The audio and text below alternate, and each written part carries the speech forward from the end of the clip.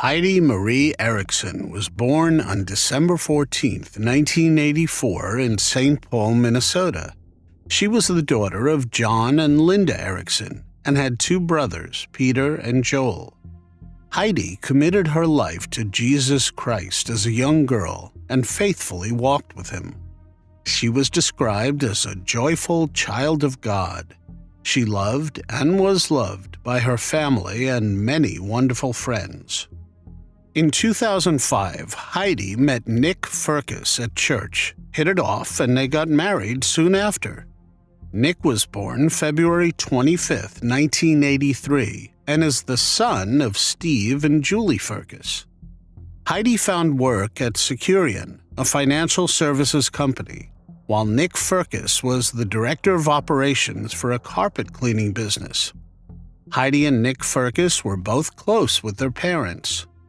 In 2010, the couple had been dealing with financial difficulties and were about to be evicted from their home. They were in over $15,000 of credit card debt. Heidi knew none of this, however. Out of shame, Nick did not tell anyone about their financial situation. Early in the morning on April 25, 2010, at approximately 6:30, 25-year-old Heidi made a 911 call from her cell phone. She frantically said that someone's trying to break into their home. She could be heard breathing heavily and screaming. It was clear she was terrified. The call ended abruptly with a loud noise. Just 65 seconds later, another 911 call was made from their home, this time from her husband, 27-year-old Nick Firkus. "My wife is shot. Someone broke into our house," Nick screamed into the phone. "I've been shot." When officers arrived at the scene, they found Nick with a gunshot wound to his left thigh. He was beside Heidi on the floor, talking to the 911 operator. He was highly emotional and was taken to the hospital.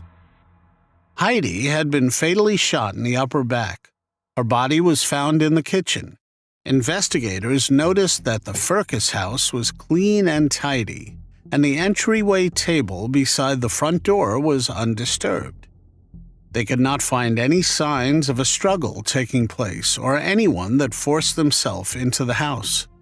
Nick Firkus told Sergeant Jim Gray of the St. Paul Police Department that he awoke to a suspicious noise at his front door, grabbed his shotgun from the closet where he kept it for safety, and alerted his sleeping wife. Both of them were trying to run out the back door to the detached garage to escape, according to Nick. Heidi stopped next to the front door to grab her wallet, which was on the table next to the front door. At that moment, the door opened and there was a guy around 6'1" or 6'2" with a dark hooded sweatshirt, with the hood drawn tight around his face. Nick Firkus said that the guy grabbed the barrel of the shotgun, they wrestled, and that his finger slipped onto the trigger and it went off. The gunshot hit Heidi and she fell onto the floor. Nick Firkus and the intruder struggled over the shotgun and the gun went off a second time, hitting Nick in the leg. He fell down and the intruder took off through the front door. He told police that they were about to lose their house because they were behind on their bills. He said that they had not told any of their friends or family about the foreclosure or their need to be out of their house, but that they were going to tell their parents and friends and were planning to move later that day. According to him, they had planned to pack up their house on Sunday and Monday morning, put some of their belongings in the garage to get later, and find someone to stay with. Photographs and a video taken inside the Firkus home after the incident showed that despite having to be out of the house the next day, absolutely no packing had been done. Also, Heidi was scheduled to work on Monday, April 26th. She did not request the day off. On Thursday, April 22, 2010, 3 days before her life was ended, Heidi exchanged text messages with a friend, making plans to get a pedicure in the afternoon on Sunday, April 25th.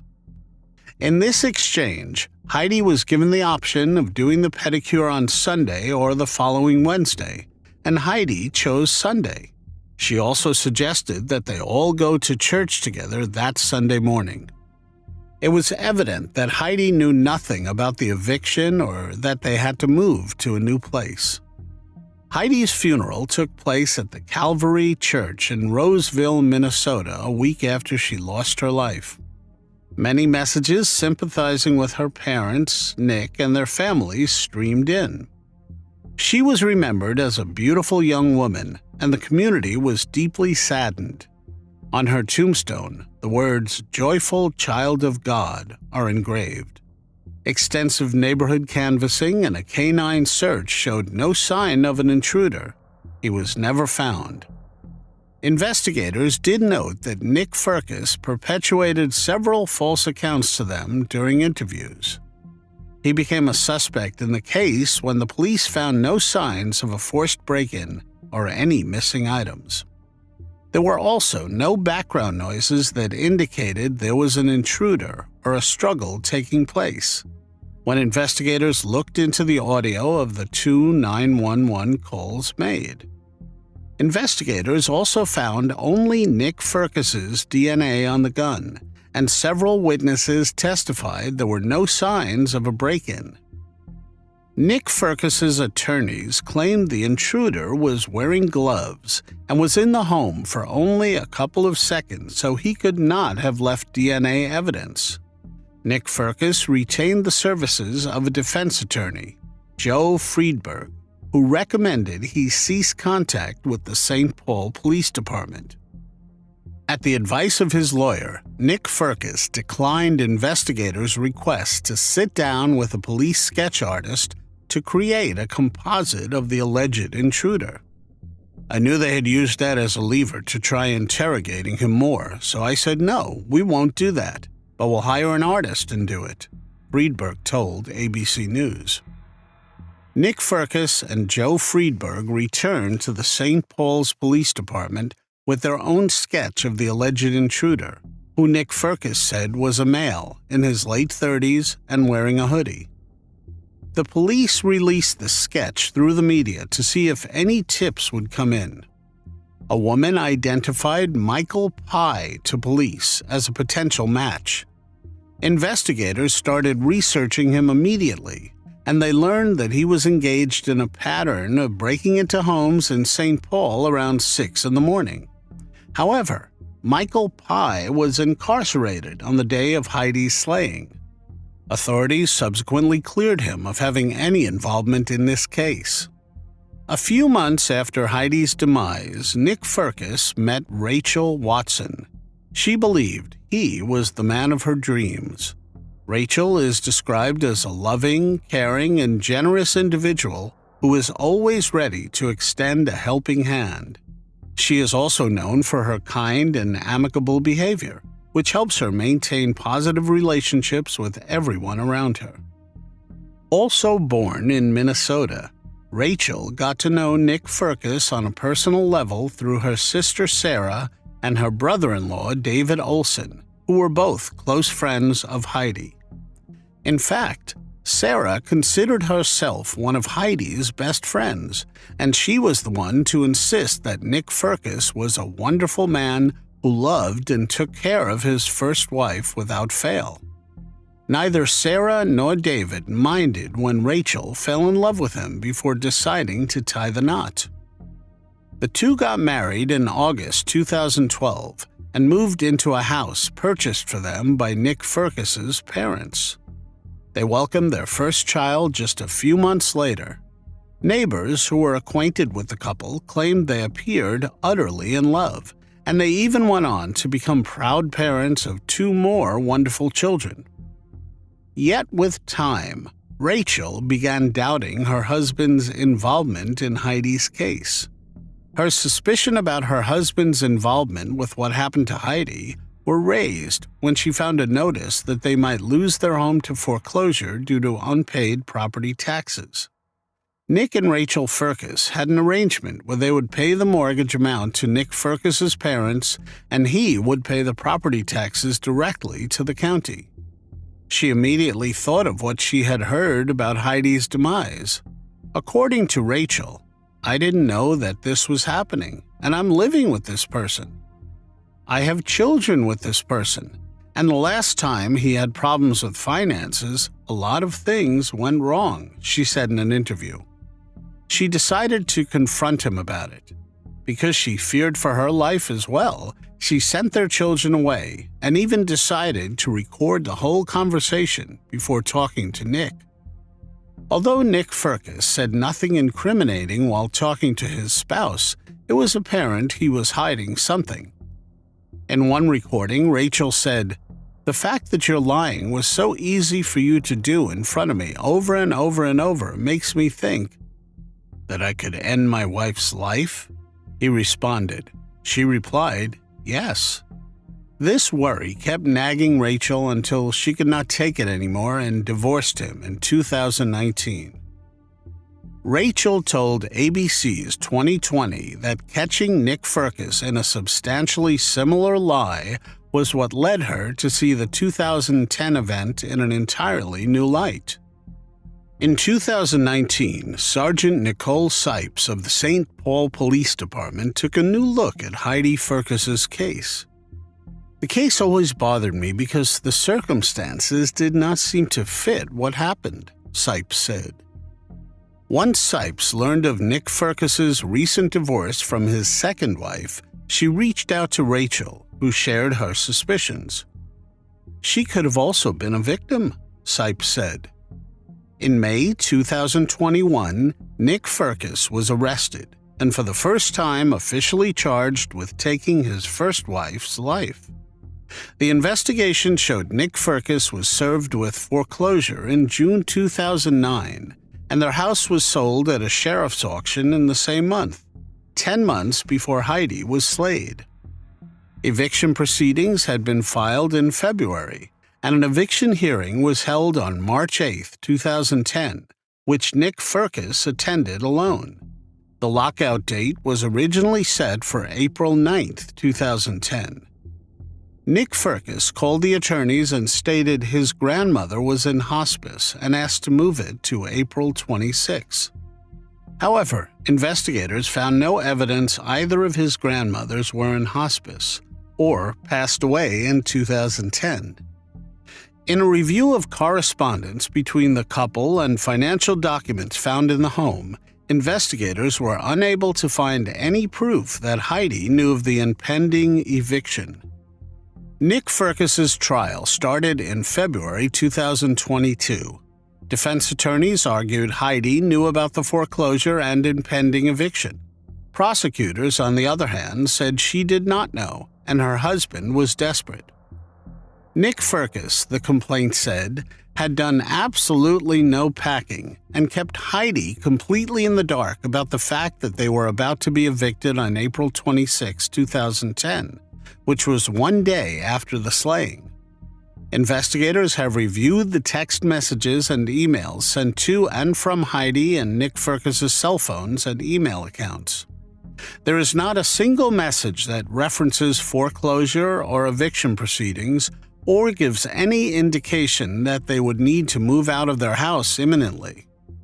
On the contrary, on March 11, 2010, Heidi sent an email to a friend saying, "Wish we weren't tied down to our house so we could move somewhere fun."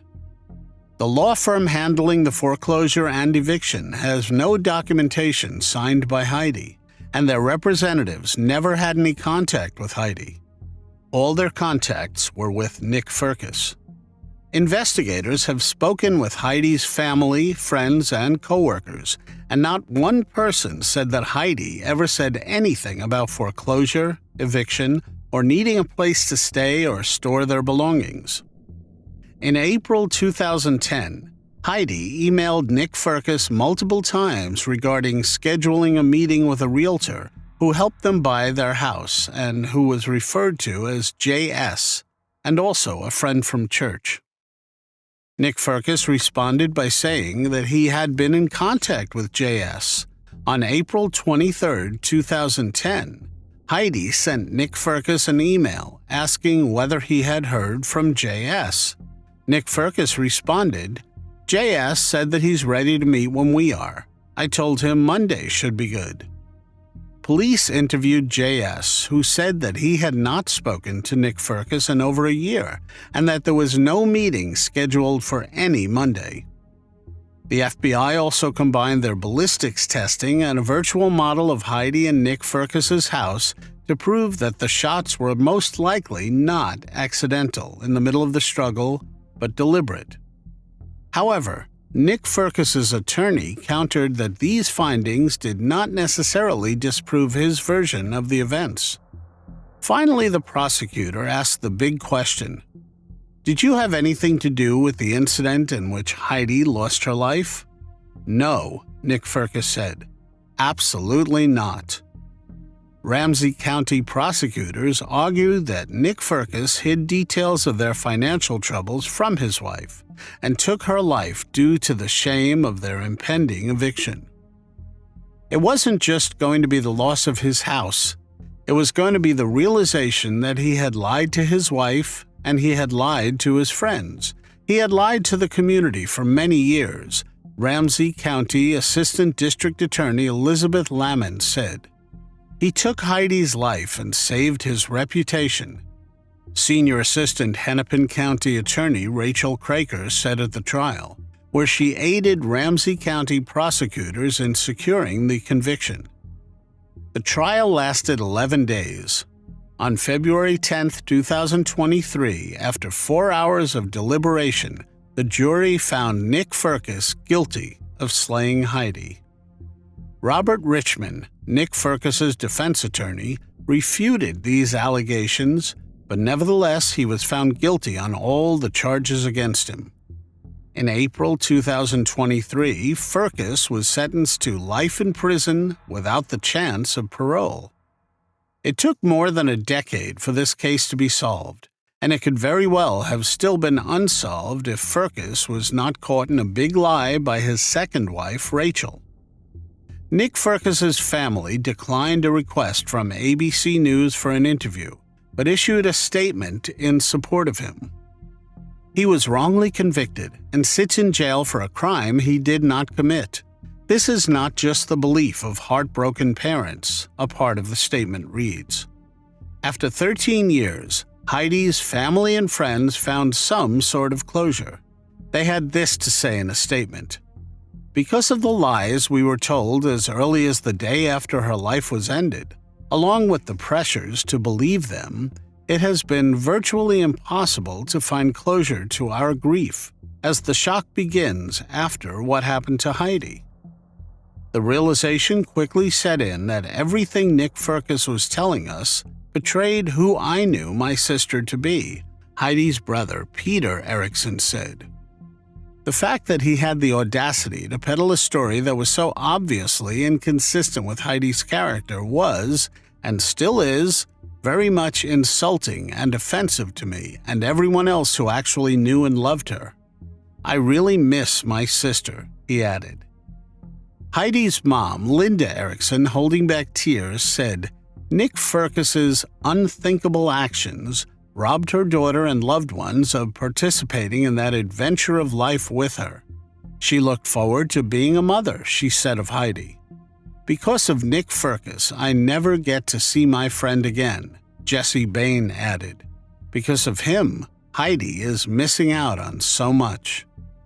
At present, Rachel still resides in St. Paul, Minnesota, where she owns and operates her own cosmetics company, Be Lovely. On top of it, she is also a vocal advocate for victims of human trafficking. In fact, reports indicate that Be Lovely donates 10% of each sale to organizations that work for victims of trafficking and other social injustices. It honestly is great to witness Rachel's success. Nick Firkus is serving his life sentence without parole at the Minnesota Correctional Facility in St. Cloud, Minnesota.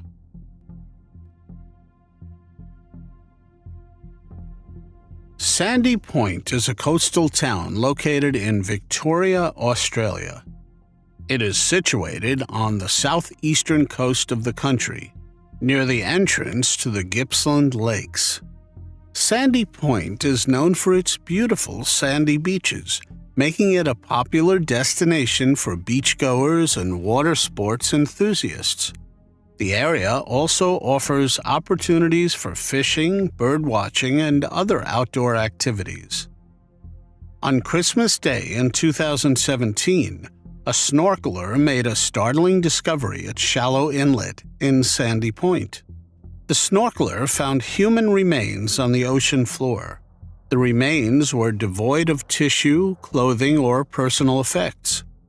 Remarkably, almost the entire skeleton was uncovered in a near-perfect condition beneath the sand. With no context or clues to the man's identity, Victoria Police reported the finding to the coroner and transferred the remains to the Victorian Institute for Forensic Medicine. As the team of experts began their scientific tests, they were able to infer some characteristics of the unknown person. The forensic anthropologist determined that the remains belonged to a Caucasian male aged between 21 and 37 years who stood at approximately 170 centimeters tall. The forensic odontologist who delved into the dental restorations noticed that work done on the teeth hinted at the fact that the person lost their life a very long time ago or were not from Australia. The man's upper jaw was recovered, but not the lower jaw. Radiocarbon testing was not able to illuminate the timeline. It indicated a 95% probability that the individual lived between 1666 and 1942, which is hardly specific. A nuclear DNA profile and a mitochondrial DNA profile were obtained from the remains. The DNA profile information was compared to the Victorian Missing Persons DNA database, but no match was found. The DNA profile was also uploaded to the National Criminal Investigation DNA database for identification purposes, with no match. Since he could not be identified, the man was named the Sandy Point John Doe. At one point, there was speculation that the remains could have been those of Martin Weiberg.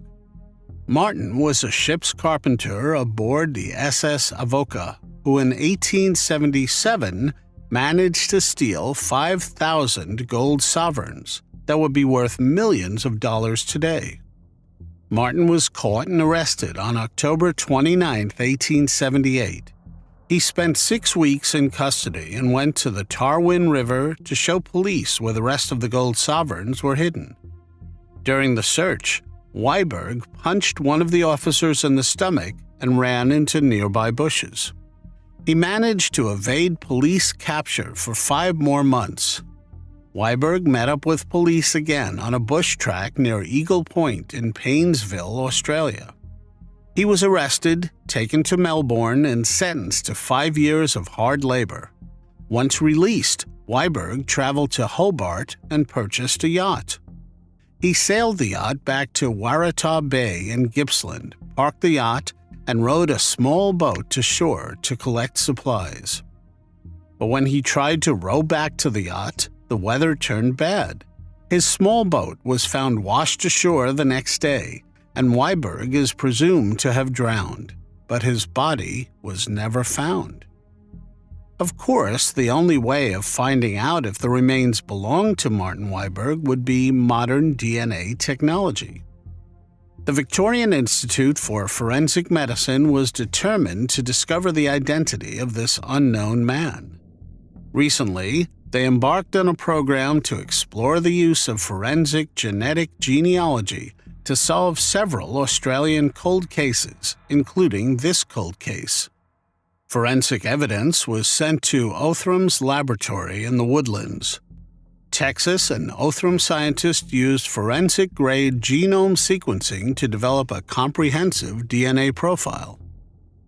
Once Otham developed the DNA profile, it was returned to investigators, who then uploaded the profile to genealogical databases. The investigative research resulted in a compelling lead that Sandy Point John Doe was Mr. Christopher Luke Moore, a Gippsland farmer and World War I veteran who was thought to have drowned in Waratah Bay in 1928. He enlisted for the war, aged 18, serving for more than 18 months for the 10th Field Artillery Brigade. Historic police and coronial documents reveal that Christopher was at Waratah Bay with his parents, Cornelius and Charlotte, brother Francis, wife Elizabeth, and toddler Mary, when he got into difficulty in the waves on December 30th, 1928. A beachgoer tried to save him, but the tide was too strong. Cornelius Moore spent 10 long days searching the coastline for his son without success. Unearthed historical records unveiled an interesting twist. Mere weeks after Christopher's potential drowning, a local Sandy Point farmer discovered a mandible at Shallow Inlet. Christopher's father, recognizing the distinct dental work, confirmed the mandible as his son's. The coronial inquest held on January 24, 1929, officially validated this identification. Recently, the Victorian Institute for Forensic Medicine's findings were shared with the state coroner. A possible grandniece of Christopher Luke Moore was identified, residing in Gippsland, Australia. Police contacted this vital link to history, and she graciously cooperated, confirming the family's account of Christopher's drowning and the subsequent recovery and burial of his mandible. To establish an irrefutable familial connection, the grandniece provided a DNA sample. Through confirmatory DNA analysis, the truth was confirmed. Sandy Point John Doe was indeed Christopher Luke Moore. The discovery was made in July 2023. Based on the family's account, it is confirmed that Christopher accidentally drowned and no foul play was involved. Thanks to the effort of the Victorian Institute for Forensic Medicine and Othram, a 95-year-old case has finally been solved.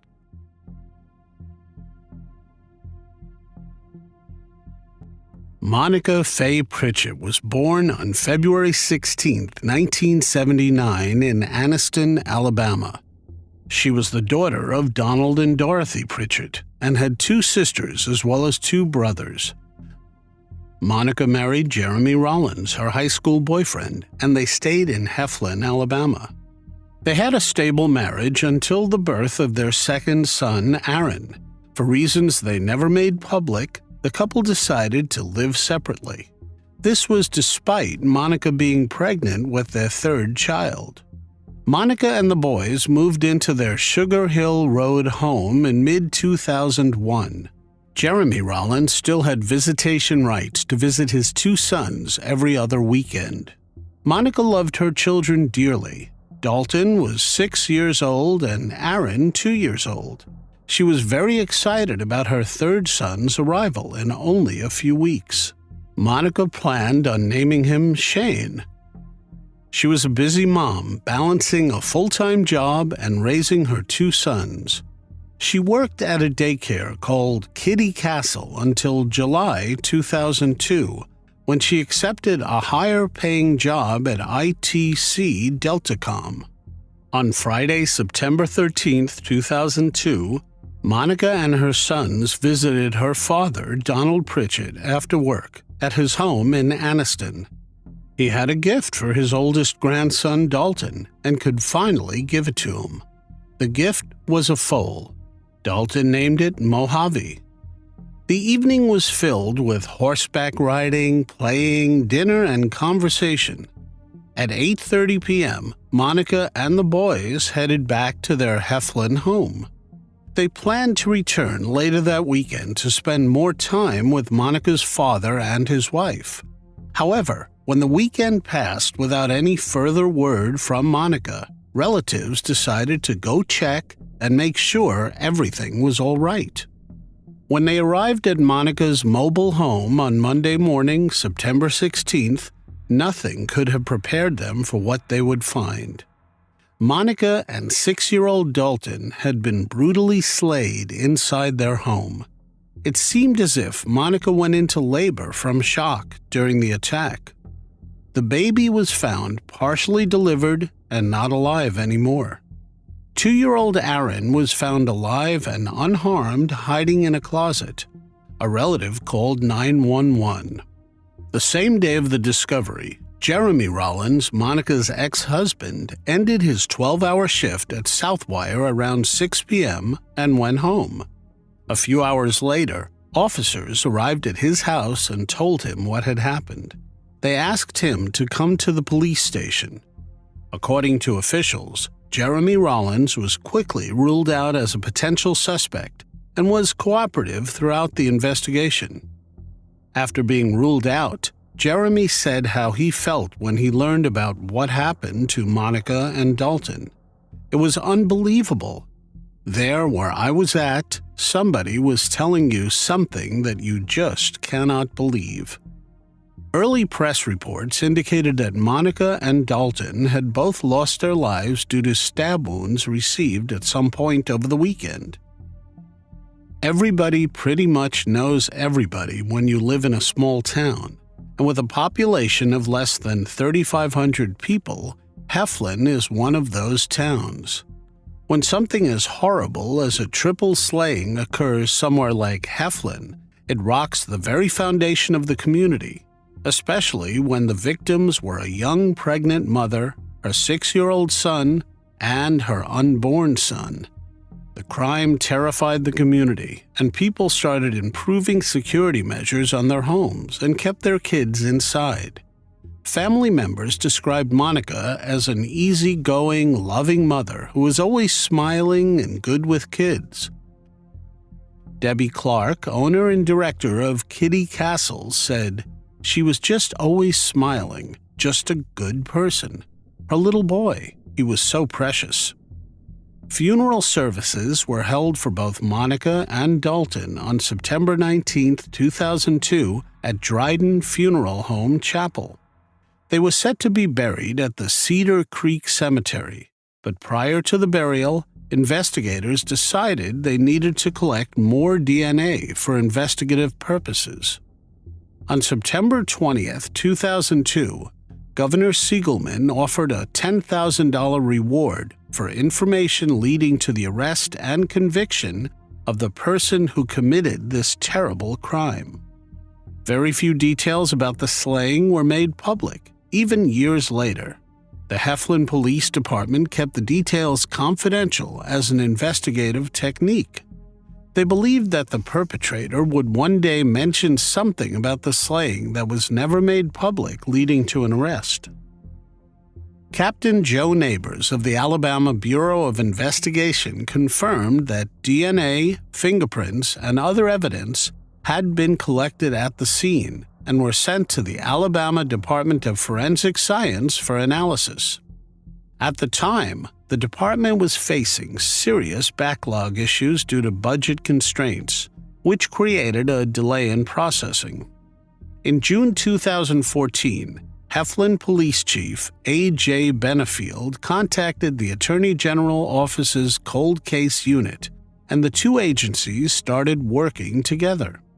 Based on new information, they began to interview people again. They met with the State Bureau of Investigation and local prosecutors and started new discussions. Police Chief Benefield was an officer at the time of the slayings. He and his partner responded to the 911 call of the relative who found Monica and her son's bodies. When talking about the case in 2014, Benefield had this to say, "So really, there were 3 victims. It was the worst crime scene I have ever seen. Not a day goes by that we are not talking about this or working on it in some way. It is very near to our hearts." In 2015, Benefield hinted that they were looking at someone that they have known about since 2002, but he did not elaborate further. In March 2015, the Alabama Attorney General's office joined the investigation. Authorities periodically posted on social media asking for information on the case. Unfortunately, no useful leads came in, and the case went cold for some time. In 2021, the case was reopened by Chief McGlone and Captain Scott Bonner. They resent multiple items to forensic labs, both private and state. They continued to keep close contact with some of the family members and tried their best to provide support as much as they could. Although they could not go into specific details due to the ongoing investigation, Captain Scott Bonner said there was a suspect and evidence. There is no threat to anyone from the suspect in this case at this time. The suspect, who I cannot name yet, is in jail in another state for unrelated crimes, he said. With help from the state, grant money from Seasons of Justice, and a literal truckload of evidence, investigators were able to make an arrest more than 20 years after the crime. Louis Landon Spivey was arrested on June 26, 2023, and charged with taking the lives of Monica, Dalton, and Shane. On June 30, 2023, Heflin Police Department made the announcement to the public. Louis Spivey kept the sordid secret to himself until he was released from a Florida prison. He is now 39 years old and was 18 years old when he committed that horrendous crime in 2002. They were acquaintances, Captain Bonner said in a press conference. They had a relationship. Bonner did not reveal a motive or the circumstances leading up to the slayings. For the last 15 years, Louis Spivey has been sitting in a Florida prison cell for an unrelated robbery and aggravated assault case out of Bay County, for which he was sentenced in February 2010. Captain Bonner and Chief McGlone took Louis Spivey into custody after his release from the Florida prison. Captain Bonner explained, Louis Spivey has since cooperated with the investigation. He was looked at early on in the investigation by other agencies before we opened up the case. Good investigation work gave us some good leads. We did not have surveillance, pictures, or cameras, said Bonner. We did not have the things that you would have nowadays. When investigators sat down with Louis Spivey, he allegedly gave them a complete confession, outlined the crime, and took sole responsibility for the slayings. A bond hearing was held on June 29, 2023. The court determined that the criteria for invoking Anaya's law had been met, leading to Louis Spivey's continued pre-trial confinement without the possibility of bond. Anaya's law is a legislation named after Anaya Blanchard, a college student whose life was tragically taken in 2019. The law aims to enhance penalties for certain violent offenses in Alabama. It allows judges to deny bail or parole for individuals charged with certain violent crimes, ensuring that they remain in custody throughout their trial process. The law seeks to prioritize public safety and protect potential victims by keeping individuals considered dangerous off the streets during legal proceedings. Investigators gave few details on what led to the break in the case, but we do know about the confession and that the department was given a grant for DNA analysis, and several items were processed by a state lab and private labs in Canada. In a statement on behalf of Mayor Robbie Brown, Chief Ross McGlone offered his condolences to the family of Monica and Dalton. Hopefully, this will bring you some sense of closure to this awful chapter in your lives. We would like to extend our deepest gratitude and appreciation to Captain Bonner, the Heflin Police Department, and all the other agencies and individuals who displayed unwavering dedication and determination in their pursuit of justice for Monica, Dalton, and their grieving family. It was definitely the hardest case, and I have worked several similar cases in my career, explained investigator and Captain Scott Bonner. The box of reports and everything we had to go through, that alone took several months. This case proved to become personal to Bonner. He admitted he has probably spent more time with Monica and Dalton's family over the last 3 years than he had with his own. "I have become really close to them," he said. "It makes me feel great that I can give them some peace." Jeremy Rollins, Monica's ex-husband, remarried in 2011 and has twin daughters with his wife. Aaron Rollins, Monica's second son, graduated high school in 2018 and is now in his early 20s. The family still resides in Heflin. Louis Spivey was transferred to the Cleburne County Jail, where he is now being held without bail and awaiting trial. In June 1994, a 39-year-old victim reported to the Charlotte-Mecklenburg Police Department in North Carolina that an unknown man had broken into her residence and assaulted her at knife point. Male DNA was collected from her body and tested, but DNA technology was not advanced enough at the time to identify the attacker. Additional testing of the evidence was conducted in 2018. In 2019, the forensic samples from the scene were linked to another assault in Columbia, South Carolina, that took place in 2010. In 2022, detectives utilized forensic genetic genealogy to identify a person of interest. Forensic evidence was then sent to Othram. Othram scientists used forensic-grade genome sequencing to build a comprehensive genealogical profile for the unknown man. Their in-house genealogy team used a genetic genealogy search to produce investigative leads that were returned to the Charlotte-Mecklenburg Police Department. Investigators continued working the case, and their follow-up investigative efforts led to the collection of a DNA sample from a person of interest. The DNA profile for this person of interest matched the DNA profiles for the unknown subject that were recovered from the 1994 and 2010 assaults. As a result of years of extensive forensic testing and evidence examination, the Charlotte-Mecklenburg Police Department's Crime Lab and Cold Case Unit identified the suspect as James Wayne Ingersoll. He was born on November 6, 1972.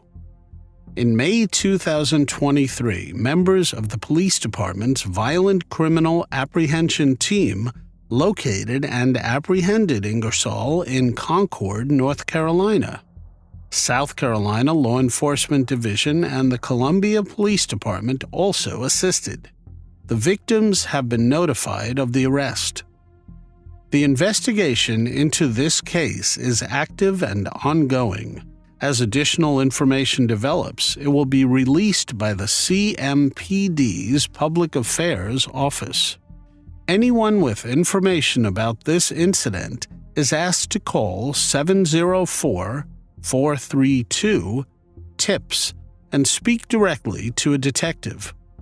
The public can also leave information anonymously by contacting Crime Stoppers at 704-334-1600. Investigators want to know if James Wayne Ingersoll could be responsible for any other crimes.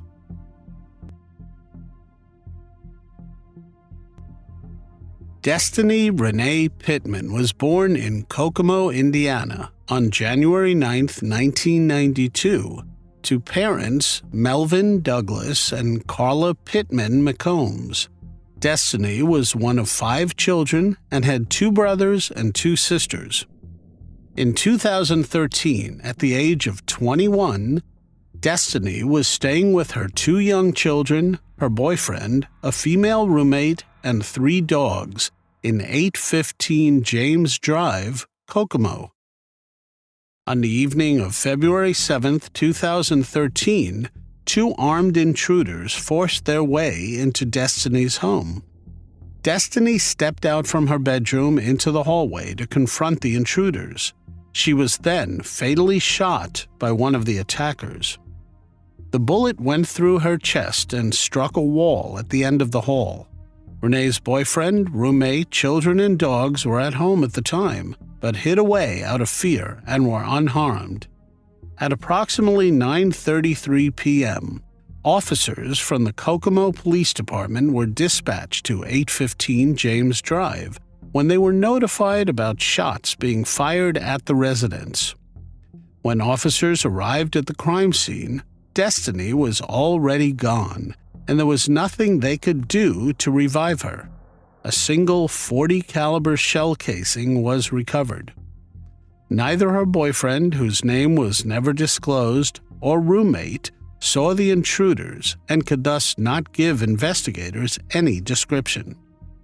It was suspected that the perpetrators may have been looking to rob Destiny and her boyfriend of marijuana and cash they had from selling weed.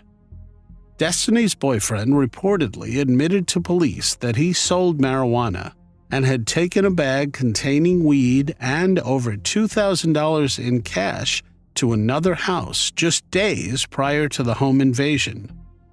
Both the boyfriend and the roommate also admitted to police that Destiny too was involved in selling, but had not as much since she inherited money. Unfortunately, investigators were unable to identify the attackers, and the case went cold. For more than 10 years, Destiny's case remained unsolved without a single suspect ever being identified. Destiny's demise left her surviving family and friends devastated. Even years after, her mom stayed depressed and cried a lot. "I hope and pray to God someone will have something to say," she said. "My life has turned absolutely upside down. They took my child for no reason. Whoever it was, I hope they are satisfied. They did not get anything out of it. She was just getting ready to start modeling and have a life for herself." Her mother said not knowing who did this to her daughter or why eats at her each and every day. On March 2, 2023, 2 men were finally identified as suspects in Destiny Pittman's case. Investigators announced the arrest of 32-year-old Joey McCartney and 36-year-old Jesse McCartney. Joey McCartney was taken into custody by U.S. Marshals at the crack of dawn at a residence in Graham, Kentucky. Jesse McCartney was arrested by U.S. Marshals and local police roughly 2 hours later at a residence in Kokomo. Graham and Kokomo are more than a 4-hour drive apart. As a result of the continued investigations since 2013, along with citizens continuing to provide leads, investigators with the Criminal Investigation Section were able to determine that these 2 individuals were responsible for what happened to Destiny. On December 5, 2022, a woman called in and claimed to have information about Destiny's case. She told police she could not keep this information to herself anymore after repeatedly seeing press releases on the case over the years. According to the court documents, this informant claimed to have been with Jesse McCartney on the night Destiny's life was ended and had been sitting in his white Jeep Cherokee outside Destiny's home. According to the informant, Jesse and Joey said they were running an errand, which the individual reportedly believed meant a deal that involved illegal substances. Jesse reportedly told the informant to stay inside the vehicle, while he proceeded to put on black leather gloves and grabbed his handgun. Joey McCartney met Jesse at Destiny's front door before the pair entered the residence. The 2 of them then started searching the home, which police believe it was for substances that Destiny and her boyfriend were selling. The informant heard a gunshot and saw both men come running out of the house. Jesse was sweating heavily and had a large bag of marijuana and cash in his hand, according to the informant. She alleges that she and Jesse drove back to his apartment and Joey joined them. She said Jesse then made her drive back by the home the next day. When they drove past, there was police tape surrounding the house. The informant also told police about Jesse McCartney changing his phone number and said he still lived in Kokomo on Monroe Street. She said he sold his gun and Jeep 6 months later after the crime was committed. The woman told investigators she did not come forward sooner because she was scared and still is. She had an alleged history with Jesse. Police showed Destiny's boyfriend photographs of Joey and Jesse McCartney after the new revelations. The boyfriend stated that Joey looked familiar and might have visited before with a common friend, but it was still unclear to investigators whether Destiny knew the McCartneys. The two men each faced charges for taking Destiny's life as well as burglary. Jesse McCartney faced additional charges of robbery and possession of illegal substances. The brothers were held without bond for the alleged connection to the case, with their hearing taking place in March 2023. Jesse McCartney's trial took place on August 11, 2023, and he was acquitted of some of the charges against him since it was determined he was not the one that shot Destiny. Joey McCartney's trial is yet to take place.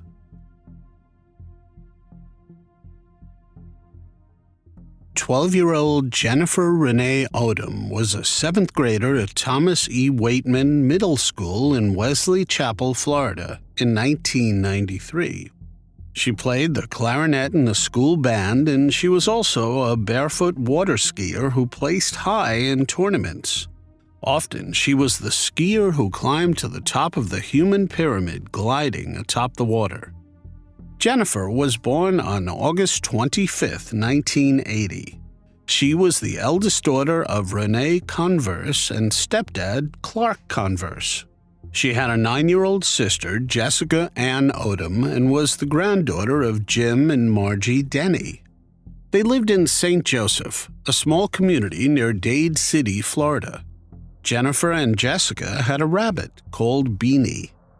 Jennifer also absolutely loved her Springer Spaniel, Gypsy. The two sisters built forts, rode four-wheelers, and spent summer days swimming in the creek behind their house on the family's 15-acre property. It was a crisp morning on Friday, February 19, 1993, when Jennifer Odom put on her white jeans and white turtleneck in order to get ready for school. She put a red cashmere sweater, a gift from her grandmother, over her shoulder-length chestnut-color hair. She was slim and tan due to spending a lot of time outdoors. On that same morning, after lacing up her pair of black boots, she got into the car with her mother. The two drove 200 yards up the winding Lime Rock driveway to wait for the school bus near their mailbox. Jennifer climbed onto the bus and took her usual spot on the back seat, so she and her mother could see each other until Renee, following behind, turned left to head to work. After school at around 3 p.m., Jennifer stepped off her school bus, waved goodbye to her friends, and started walking the short 200 yards to her home. At about 4 p.m., Jennifer's sister arrived at their home from school to find it locked and unable to enter. She then called their mother to tell her that her big sister was not home yet. Renee Converse then realized Jennifer must not have made it home. She called Jennifer's best friend, Michelle, who stated that she saw Jennifer exit the bus and begin walking home. Jennifer's mother knew something was very wrong and called the police. Within hours, deputies launched a wide-scale search. A search party of about 400 volunteers was formed to help scour about 60 square miles of countryside. Family, friends, neighbors, and other volunteers searched for Jennifer. Law enforcement was equipped with police dogs to fine-comb the rolling groves, pastures, and woods surrounding the tiny Pasco County town of Dade City. Every law enforcement agency in the Bay Area was looking for a blue truck that was seen in the area by some of her classmates. Children riding the school bus with Jennifer remembered seeing an older light blue, unknown model pickup truck slowly following Jennifer down the road in the direction in which she was walking. The children described it as having a silver-painted rear bumper, not chrome, and a trailer hitch with wires hanging, and pipes or a ladder in the back. The driver was described by the children as a white male in his 40s with shoulder-length brown hair. The blue truck was the focus of the search parties, as investigators believed that the driver may have been involved in the disappearance of Jennifer. As a last resort to find the truck, the FBI as well as Hernando and Pasco County Sheriff's personnel worked from a dock and boathouse as drivers searched Lake Jovita for the vehicle. 6 days after Jennifer vanished, on Thursday, February 25th, a man and a woman searching an abandoned orange grove about 10 miles north of Jennifer's school bus stop found her badly decomposed, nude body. Her body was found near a horse trail off Powell Road south of Brooksville, amid a cluster of pine trees in the orange grove.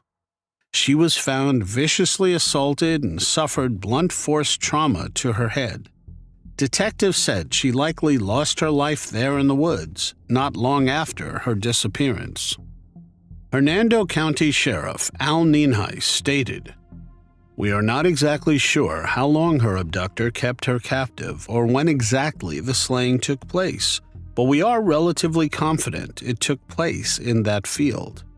He added, "Every one of us, including those in law enforcement, can look at Jennifer as our niece, our sister, our granddaughter, and realize that it is a tragedy beyond tragedy."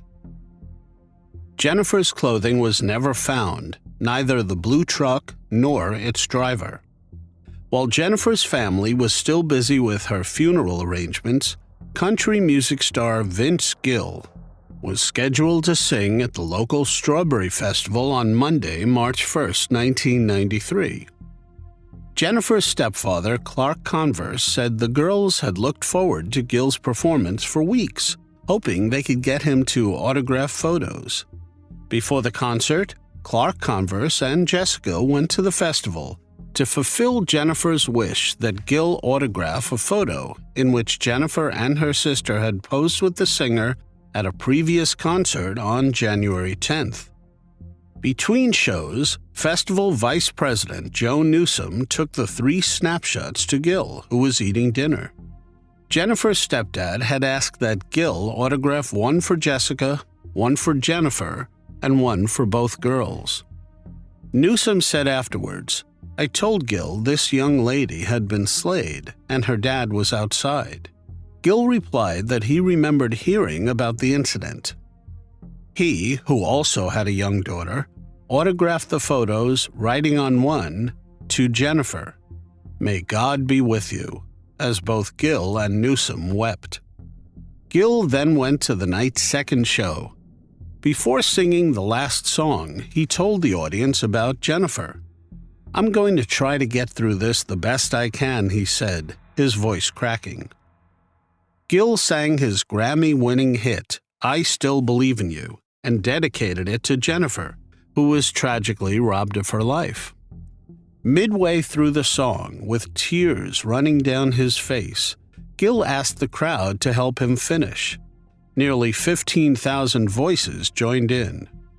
Radio personality Jeff Moore stood backstage and looked out at thousands of tear-stained faces. "It was heart-ripping," he said afterwards. Unfortunately, with no one in the community providing investigators with useful information, her case went unsolved. 13 months before Jennifer was abducted, on January 16, 1992, A 17-year-old girl was kidnapped as she got off a school bus in north-central Pasco County. She was found in a pool of blood behind an abandoned house, brutally attacked, assaulted, and beaten. Sheriff Nienhuis said she suffered injuries to her head and skull that were very significant. She survived, but her life was forever changed as she was paralyzed on her left side. Nienhuis said she was a former honor roll student and track and field participant and was a true victim. She was not engaged in a high-risk lifestyle.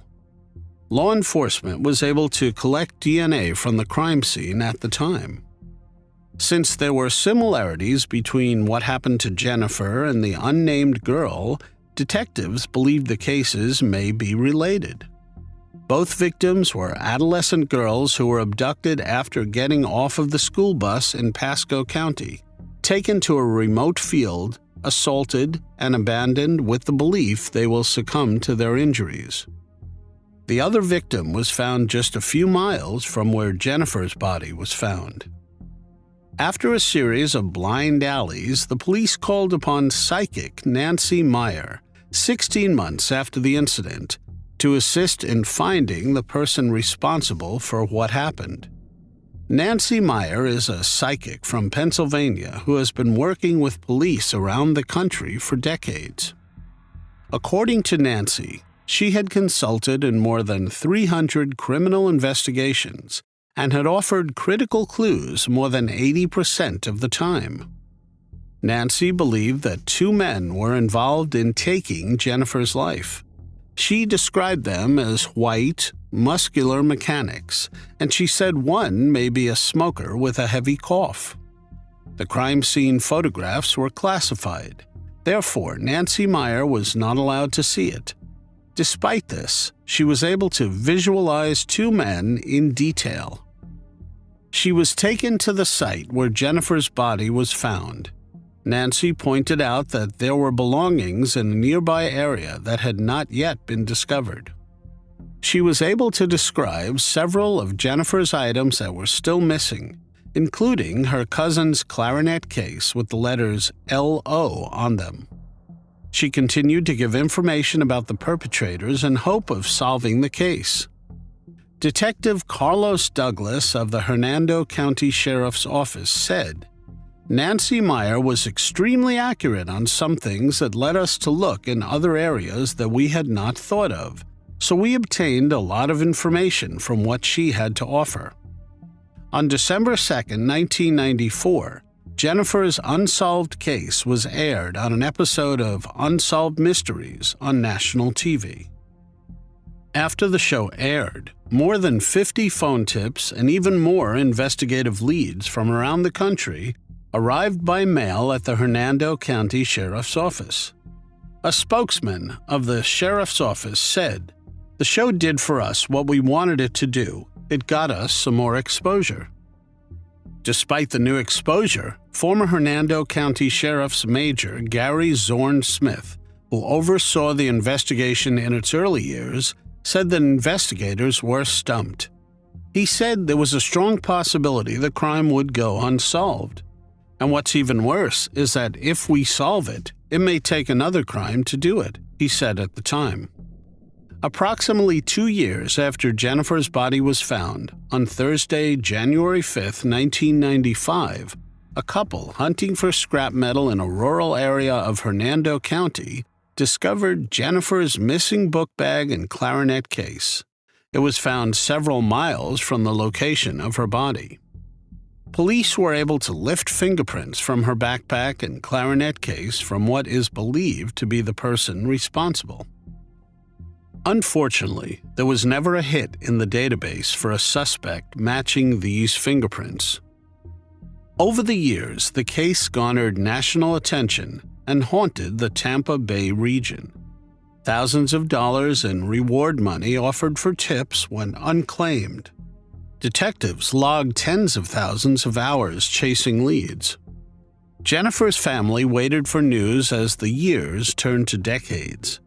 Jennifer's mother, Renee Converse, wondered if it was somebody Jennifer knew. Clark Converse, Jennifer's stepfather, added, There is a real chance that the person who did it is somebody we have contact with. If they catch someone, we're going to be thrown into the spotlight. Learning how to deal with a trial and confronting this person is going to throw us to square one in learning to deal with this. Renee said she cries a bit more each year. The reality is that Jennifer is gone and will never be in our lives again. Nothing is going to change that. She also said that the family is thankful for what they do know. We are blessed that we have this much closure. We are not looking for her. We know where she is. It is going to be a bittersweet finale.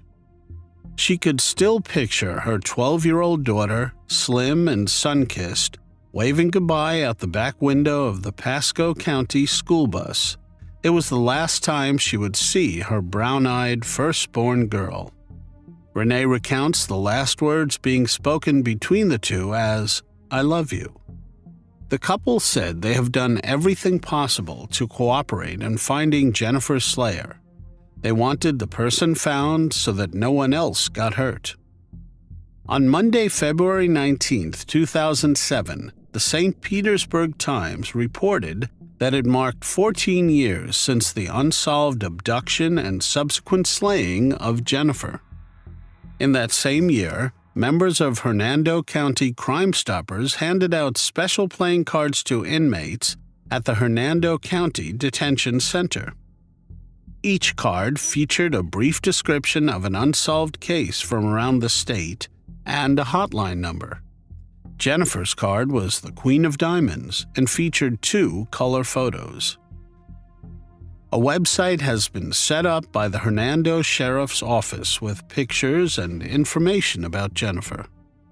A slideshow was also put together with photos of Jennifer set to a mournful soundtrack.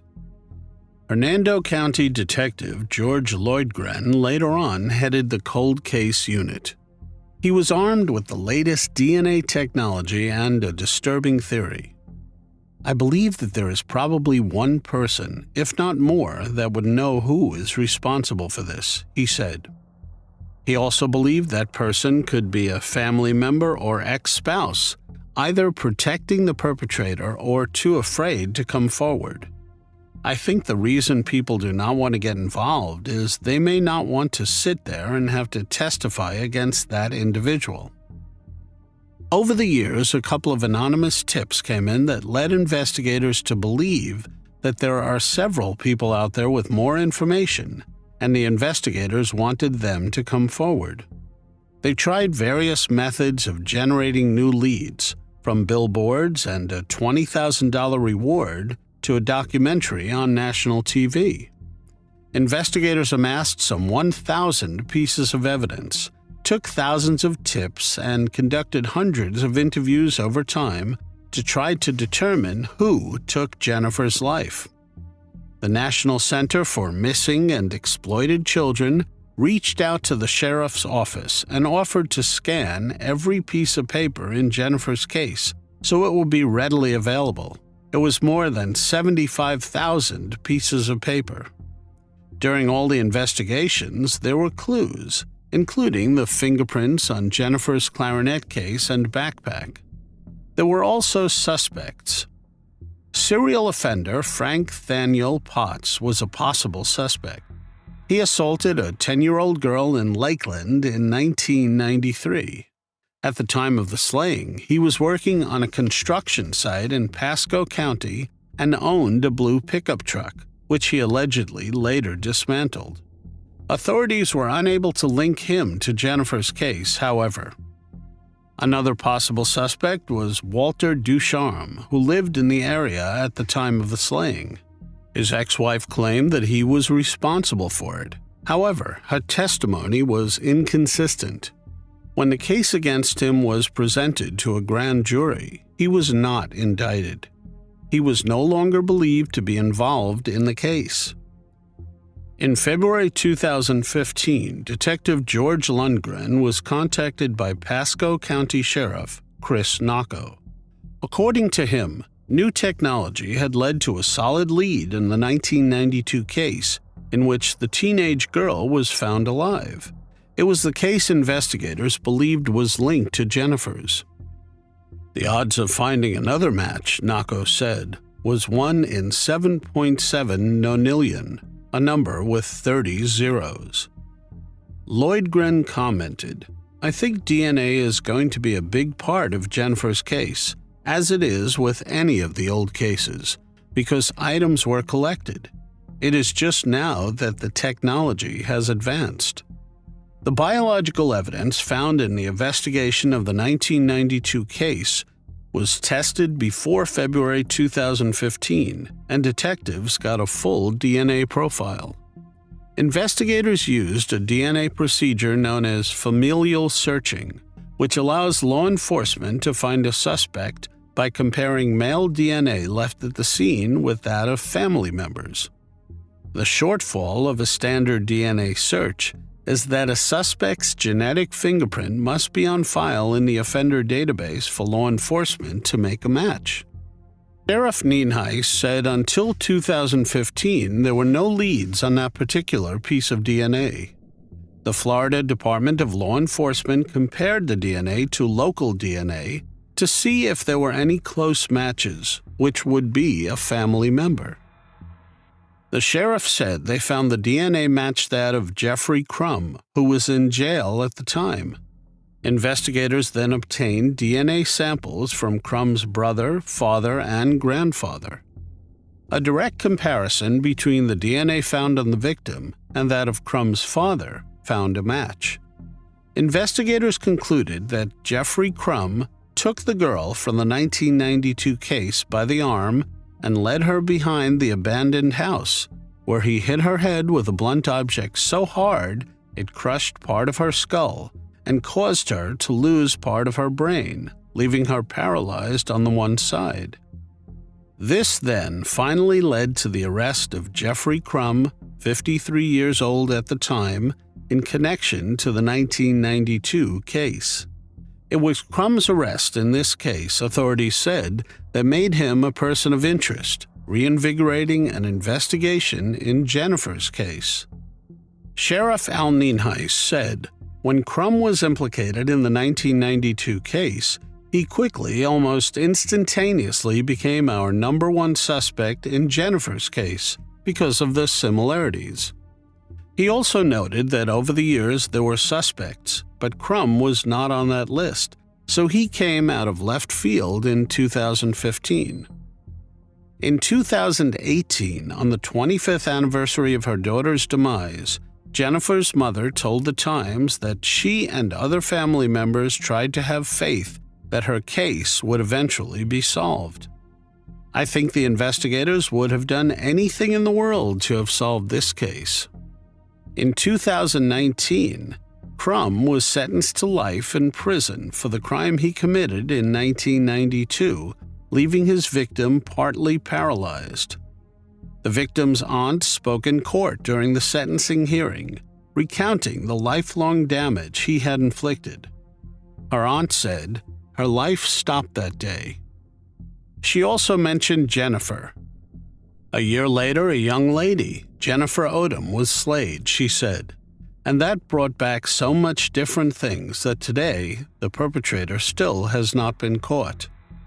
The arrest and sentence of Crum gave Detective Lloydgren a new resolve, and Jennifer's family new hope that the person responsible will be caught.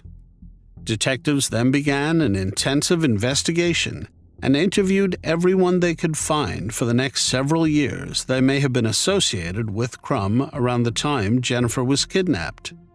This information was turned over to the state attorney, and the facts and circumstances were turned over to a grand jury.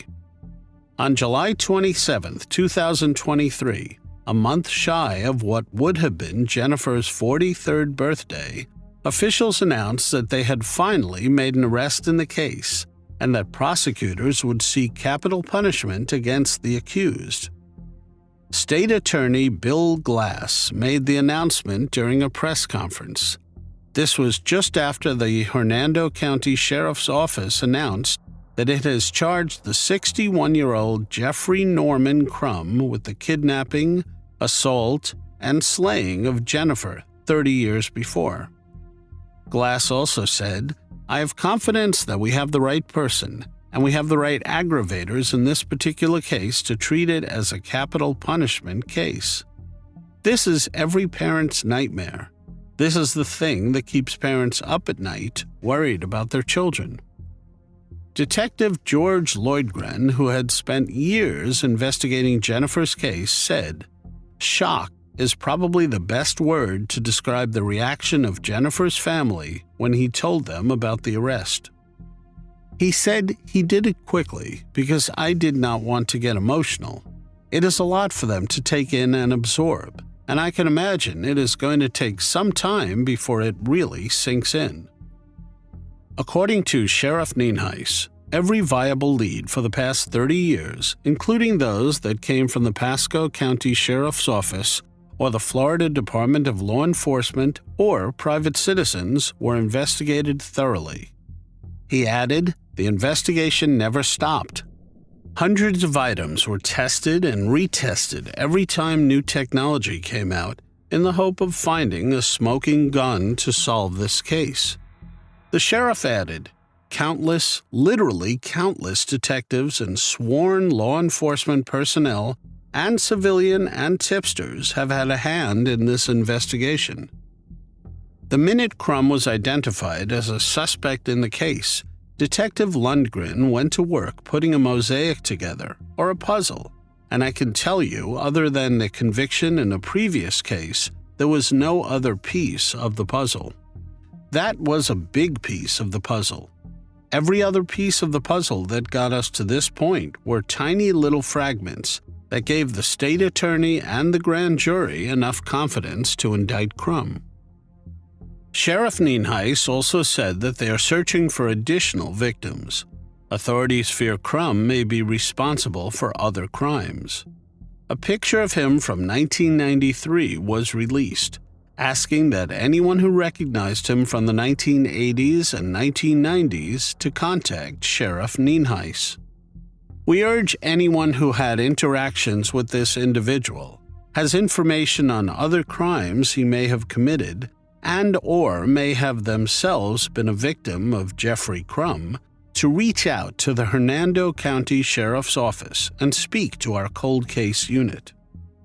Despite keeping a lot of information close to the vest, authorities did say that in 1992, Crum worked in construction as a drywall installer and lived on Somerset Lane in Spring Hill, the Pasco County area where Jennifer was abducted from.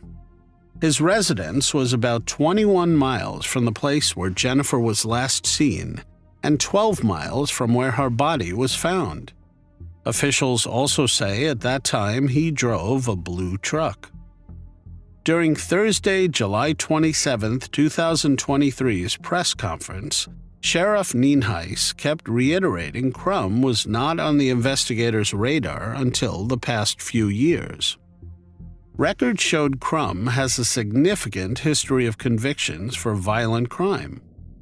The sheriff said Crum had been arrested in the early 1980s for armed robbery in Hillsborough County.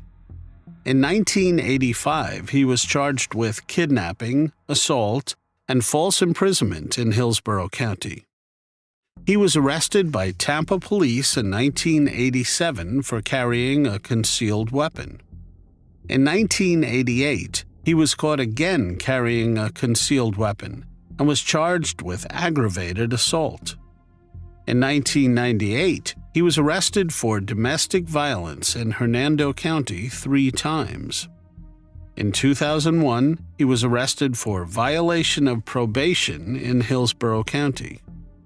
He was arrested a few years later for aggravated assault with a deadly weapon in Hernando County. In 2015, he was arrested in Pasco County for aggravated assault on a child under the age of 12. Sheriff Nienhuis stated, "He is a bad individual who enjoyed violence." Crum is already serving 2 life sentences for the assault and kidnapping case out of Pasco County that was prosecuted around 2015. He is currently in the Hernando County Jail. Judge Kurt E. Hitzman ordered him to be held without bond and appointed a public defender to represent him. Communities in Pasco and Hernando counties were on edge after Jennifer Odom's kidnapping and slaying back then. They shared their thoughts and feelings after the news of the arrest was announced. Jeannie Cameron, the general manager at Papa Joe's Italian restaurant in Brooksville, said she and others in the community remember hearing about her disappearance all too well. So we all remember hearing about her disappearance, Jennifer's, and about the blue truck, and everybody was on alert about looking. I think the bottom line was finding out who did it and getting him off the streets so that another family doesn't have to be tormented, because I really feel like the whole community was tormented until they found out the answer. Joseph Giorratana, the owner of Papa Joe's Italian restaurant, said, "Back then, 30 years ago as a parent, I was very angry that someone could do something like that to a child and then leave her there in the middle of nowhere." Jessica Ellis said she went to Waitman Middle School with Jennifer and played in the same clarinet section in band class. "I would say we saw each other a lot. We weren't like close friends, but we knew a lot of the same people. We rode the school bus every day, and I just remember her always being nice with me and everyone else that rode her school bus that knew her. You know, a lot of us are parents ourselves now. The fact that anyone would do this to a child, it makes me hold my 5-year-old a lot tighter now." Grief and fear followed in the days, months, and years after Jennifer lost her life. The arrest of Crum is closure for many in the community.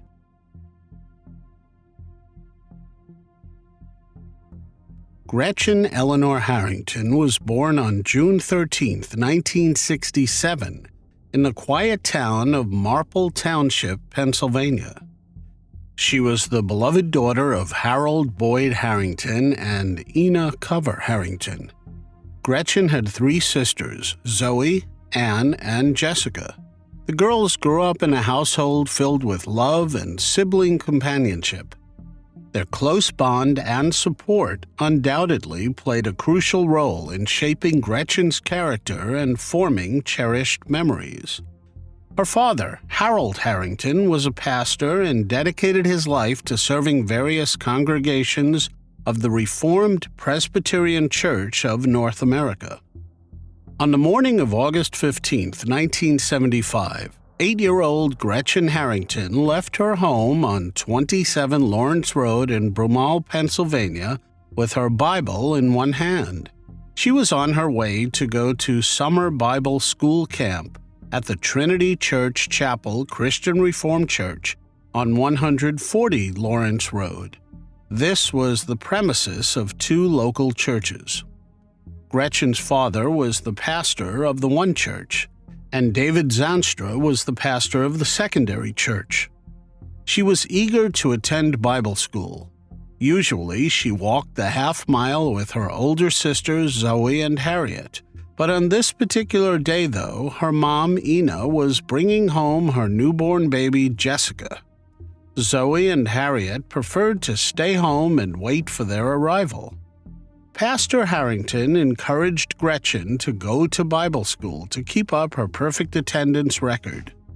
Therefore, Gretchen was all alone as her father waved goodbye to her. She began her stroll up the hill to the church just after 9 a.m. A child walking alone on a sunny summer day in a place like Marple was hardly unusual. It was not regarded as dangerous or risky. This was the 1970s, in a leafy suburb. Kids played various games outside till all hours. They played on the streets, in the dark, and in the woods. They cooled off in Darby Creek, which ran behind Gretchen's home without a care in the world. Kids walked to their friends' houses blocks away. No cell phones or GPS watches to tether them to their parents. Marple was as safe could be. At around 9 to 9:30 a.m., the children arrived at the camp. and the first activity on the agenda was a morning exercise session led by David Zonstra, the other pastor. At approximately 10 a.m., half of the children were then transported to the Reformed Presbyterian Church for the remainder of the day. Zonstra was one of the people responsible for transporting the children.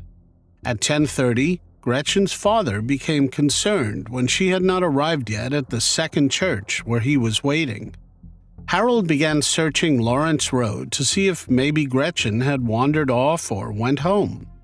When he could not find Gretchen, Harold contacted Zonstra's wife, Margaret, who was at the Trinity Church, to find out if Gretchen was still there and if David Zonstra perhaps knew if she was transported to the other church.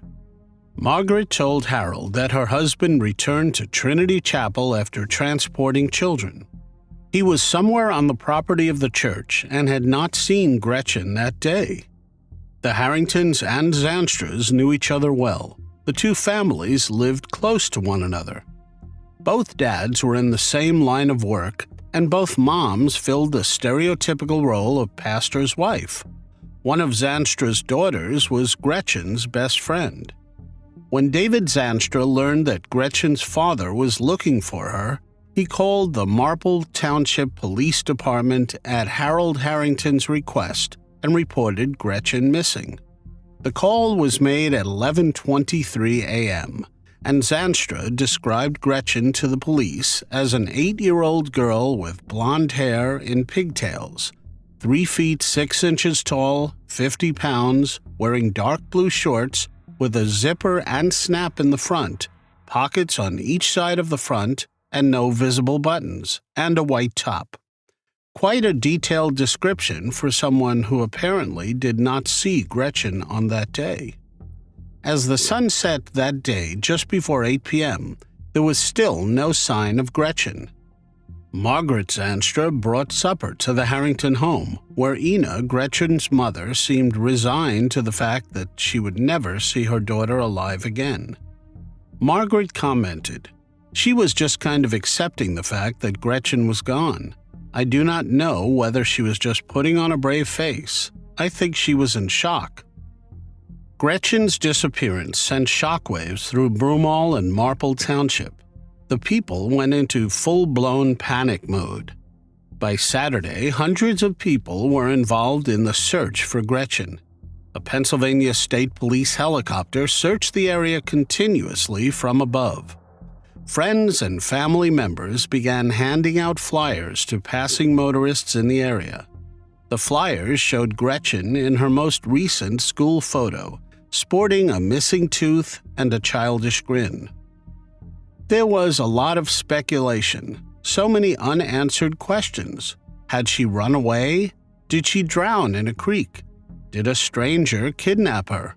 Was it somebody she knew? People and church members who searched for little 8-year-old Gretchen said her disappearance destroyed the belief that their community was safe. Karen Frank Zetterberg was a Bible school classmate of Gretchen. They were the same age and lived in the same tightly knit community. After Gretchen's disappearance, Karen's mom took her to the hairdresser to cut her hair real short in order for her to look like a boy. She did not want her daughter to stand out with her long hair. Karen was also not allowed to walk alone to her piano lessons and to the swim club anymore.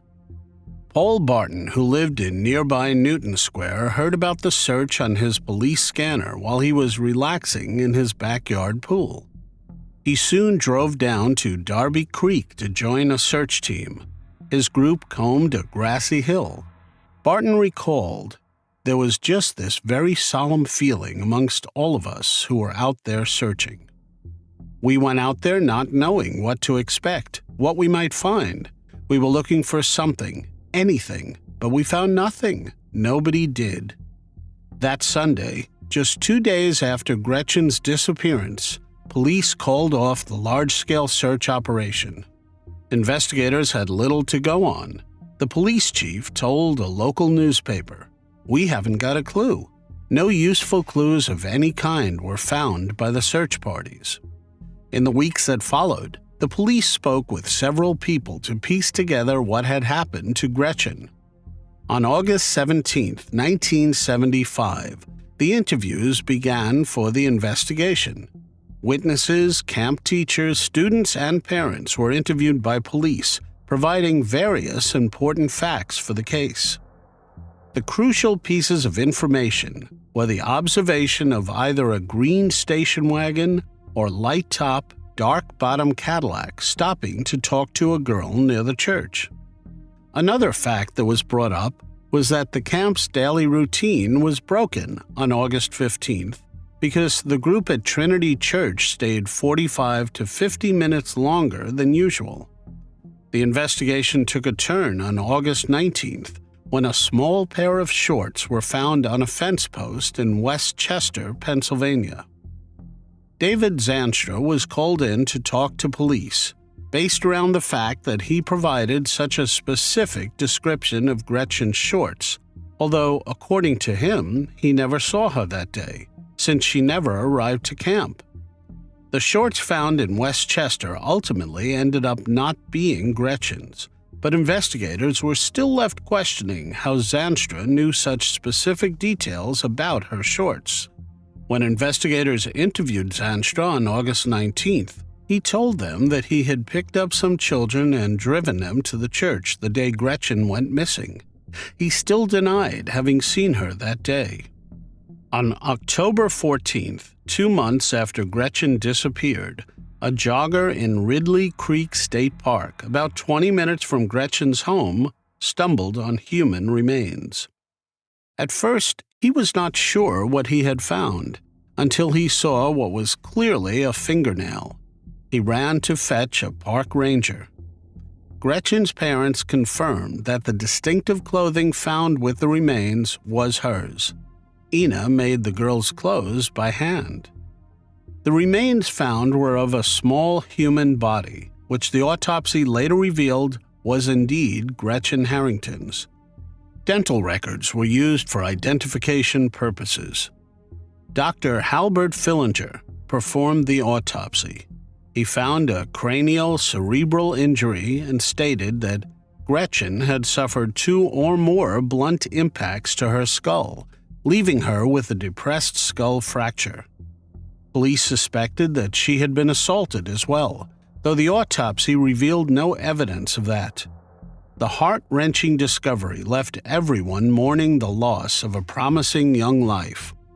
The Sunday after Gretchen's body was found, her father Harold delivered a sermon at church.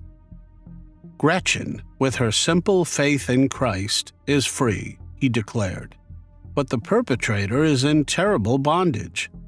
The world is filled with unspeakable evil because of the wickedness of the human who knows the truth but will not accept it. The discovery in the woods led to a new frenzy of activity in the case. Witnesses came forward with reports of men of various descriptions they had seen in the area where Gretchen was found. Police received numerous tips, some sounding very promising, some completely frivolous. On October 30th, 1975, David Zanstra was called back to the police station for a further interview about the morning of August 15th. Zanstra told police that he started picking up children for the opening session at 9:10 a.m. and was finished with the pickups and back at Trinity Chapel by 9:30 a.m. He denied ever seeing Gretchen and told police that he was unaware she was even missing until he was called to the Reformed Church at 11:05 a.m. by Harold Harrington, Gretchen's father. Investigators looked into a series of potential suspects, including several known offenders of assault living in the area. Nothing led to an arrest. What happened to Gretchen became a mystery for decades. No one knew who took her life. The case went cold. Joanna Falcon Sullivan was only 9 years old in 1975 when Gretchen's slaying took place.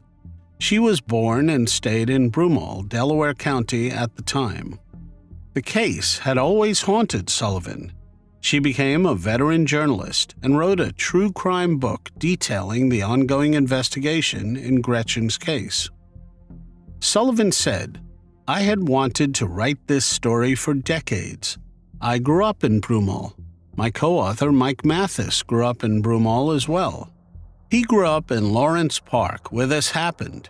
It affected both of us as kids, and it affected a lot of kids our age." Sullivan started the book during the pandemic, and Marple's Gretchen Harrington tragedy was released in October 2022. The novel was Sullivan's first book, but she said she does plan to revise this true crime book to reflect any updated information about this case as it unfolds. Naturally, when detectives retire or pass away, other investigators inherit their cold cases. In the case of Gretchen, Sergeant Coffin became the head investigator. When a woman called Marple Police and wanted to talk to somebody about Gretchen, her message went to Coffin's phone. He was sitting at Marple Township Police Headquarters when he heard the voicemail. The woman said she thought she knew who was responsible for what happened to Gretchen and talked about an attempted kidnapping around the same time. She also mentioned that she kept a diary in the 1970s in which she recorded some of this information when she was a 10-year-old girl living in Havertown, about 3 miles east of Marple. The woman still had the diary in her possession after all these years. Sergeant Coffin got in touch with Pennsylvania State Police. Though the case remained open with the Marple cops because Gretchen had last been seen in their jurisdiction, the state police technically became the lead investigatory agency once the remains were found in the state park. Coffin noted, "Besides, I have 4 detectives in my division. The state police have so many more resources." State troopers scheduled an interview with the woman. She is designated in court documents only by her initials, SF, and CI number 1, the terminology used for confidential informant.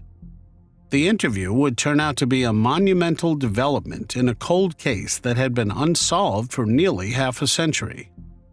And monumental developments in decades-old cold cases do not happen that often. The woman told the state troopers on January 2, 2023, that she had been childhood friends with Gretchen and Zoe Harrington, one of Gretchen's sisters. She was also friends with David Zanstra's daughters, Mara and Kristen, and that she would often play at the Zanstra home. She frequently slept over at their house. During one of these sleepovers, when she was 10, she told the troopers she awoke in the middle of the night to find Pastor Zanstra touching her inappropriately. She shifted her position and he immediately hurried from the room. The next night, he touched her again, she said.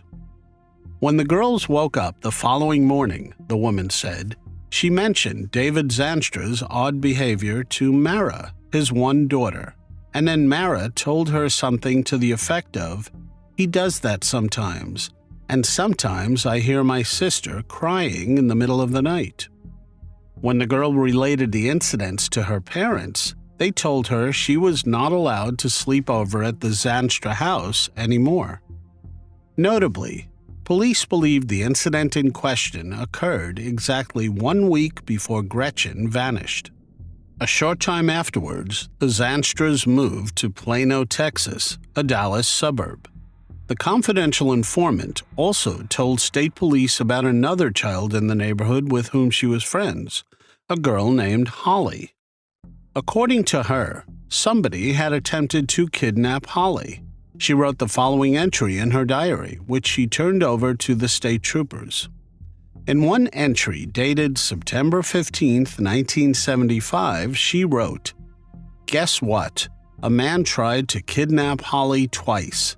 It is a secret, so I cannot tell anyone, but I think he might be the one who kidnapped Gretchen. I think it was Mr. Z." She confirmed to the troopers that the Z stood for Zanstra. Local police had questioned Zanstra twice back in 1975, along with many other people.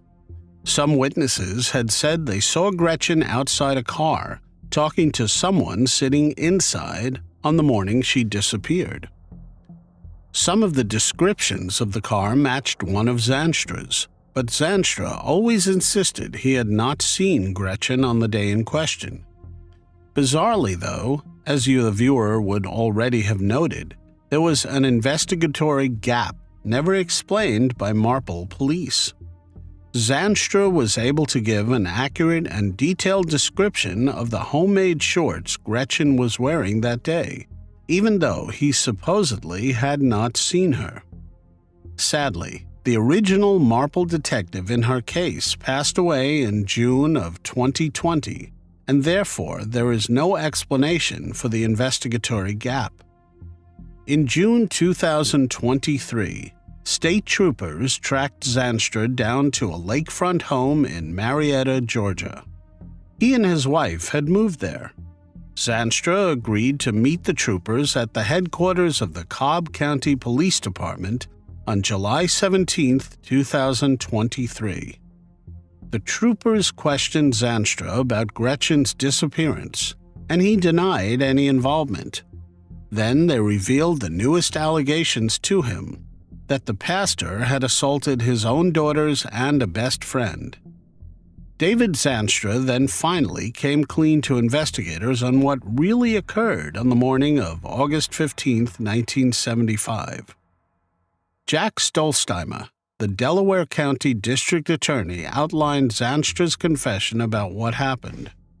Once Gretchen was out of her father's view, Zandstra then invited her into his green AMC Rambler station wagon. Instead of driving her to church, he drove her to a secure wooded area, parked the car, and asked her to take off her clothes. She refused and responded that she wanted to go home. He struck Gretchen with his fist, and she began bleeding from her head. After feeling her pulse and her appearing lifeless, he carried her out of the car and attempted to cover her body with sticks. He then left and went on with his day. Due to the nature of the close relationship the Harringtons had with the Zandstras, investigators determined that Zandstra had the means, motive, and opportunity to take Gretchen's life. David Zandstra was taken into custody in Georgia on July 17, 2023. He is currently being held in Cobb County, where he has been denied bail. A DNA sample was collected from Zandstra that would be compared to DNA collected in other open cases in Pennsylvania and across the country. Investigators believe that it is unlikely Zandstra is not involved in other crimes, considering he worked with children for decades. Phil Stoddard, a detective in Marietta, Georgia, who sat in on the Zandstra interview, told a TV news crew there that Zandstra was emotionless during his confession to the troopers. Trooper Eugene Trey conducted the interview. Afterwards, Trey said, "I do not know if he is sorry for what he did, but this is a weight off his shoulders for sure." On Monday, 24th July 2023, Delco officials announced the arrest of 83-year-old David Zandstra in connection with Gretchen's kidnapping and slaying. Zandstra was born in May 1940. He was still working as a pastor in Georgia at the time of his arrest. Delaware County District Attorney Jack Stolzheimer said, "He is every parent's worst nightmare. This heinous act left a family and a community forever changed. At long last, I can announce today that David Zandstra had admitted to this crime. Justice has been a long time coming, but we are proud and grateful to finally be able to give the community an answer. We have to realize that most people in this world are good, and that most pastors, especially people who claim to be men of God, are good people. But there have always been people, and there always will be people, who are this cold-hearted, remorseless, and just evil. Thank God there is law enforcement here to hold them accountable. And however long this takes, we are going to do it, because this young lady should be alive. What happened to her is just horrendous." Stolzheimer added that Zandstra was fighting extradition to Pennsylvania and that his office was seeking a governor's warrant to bring Zandstra to Delaware County. The district attorney's office will submit a petition for requisition. Once approved, arrangements will be made to have representatives from the Delaware County Sheriff's Office pick up Zandstra and bring him to Pennsylvania. The process could take as long as 2 months. Stolzheimer added, "We are going to try him, we are going to convict him, and he is going to stay in jail for the rest of his life. Then he is going to have to find out what the God he professes to believe in holds for those who are this evil to our children. He slayed, with his bare hands, this poor young girl, and then lied about it for 48 years. He ended this girl's life that he knew and who trusted him, and then he acted as if he was a family friend, not only during her burial and funeral, but for years." Chief Graff of the police department in Marple Township said during Monday's press conference, "If you are a praying person, you can certainly pray for Gretchen, and I do not think she needs it. She is in God's hands. You can certainly pray for the evil man responsible for this, because he is going to need it." The charges filed against Zandstra have brought a sense of closure to Broomall, Pennsylvania, which has been haunted by Gretchen's case for nearly 48 years. Gretchen's demise had transformed this community. Pre-August 1975, it was Anytown, USA. Post that day, it changed everything for the kids, for the parents, for the families, for everybody, because nobody could do anything anymore in the innocence that they used to do it before this happened. Jim Cristaldi, who as a youth delivered newspapers to the Harringtons, spoke fondly of a pre-disappearance childhood in which he and his friends would spend countless hours building forts in the woods with only the light of the moon. But right after Gretchen vanished, Cristaldi, a teenager at the time, found himself in search parties in those same woods looking for Gretchen, or anything that might have led to her whereabouts. We were innocent, and this absolutely shattered our innocence. Pennsylvania State Police Lieutenant Jonathan Sunderland said in a statement, "Justice does not have an expiration date. Whether a crime happened 50 years ago or 5 minutes ago, the residents of the Commonwealth can have confidence that law enforcement will not rest until justice is served. This case has been investigated by generations of detectives, and they all are owed a debt of gratitude for never giving up. Particular recognition is due today to Corporal Andrew Martin of the Criminal Investigation Assessment Unit and Missing Persons Unit. His determination to build upon the work of his predecessors and his belief that the case could still be solved have been instrumental in getting us to today's announcement." Michelle DeLaune, President and CEO of the National Center for Missing and Exploited Children, said, "Today's announcement is a testament to the power of perseverance and a family and community's commitment to justice. Regardless of how much time has passed, we know answers can be found.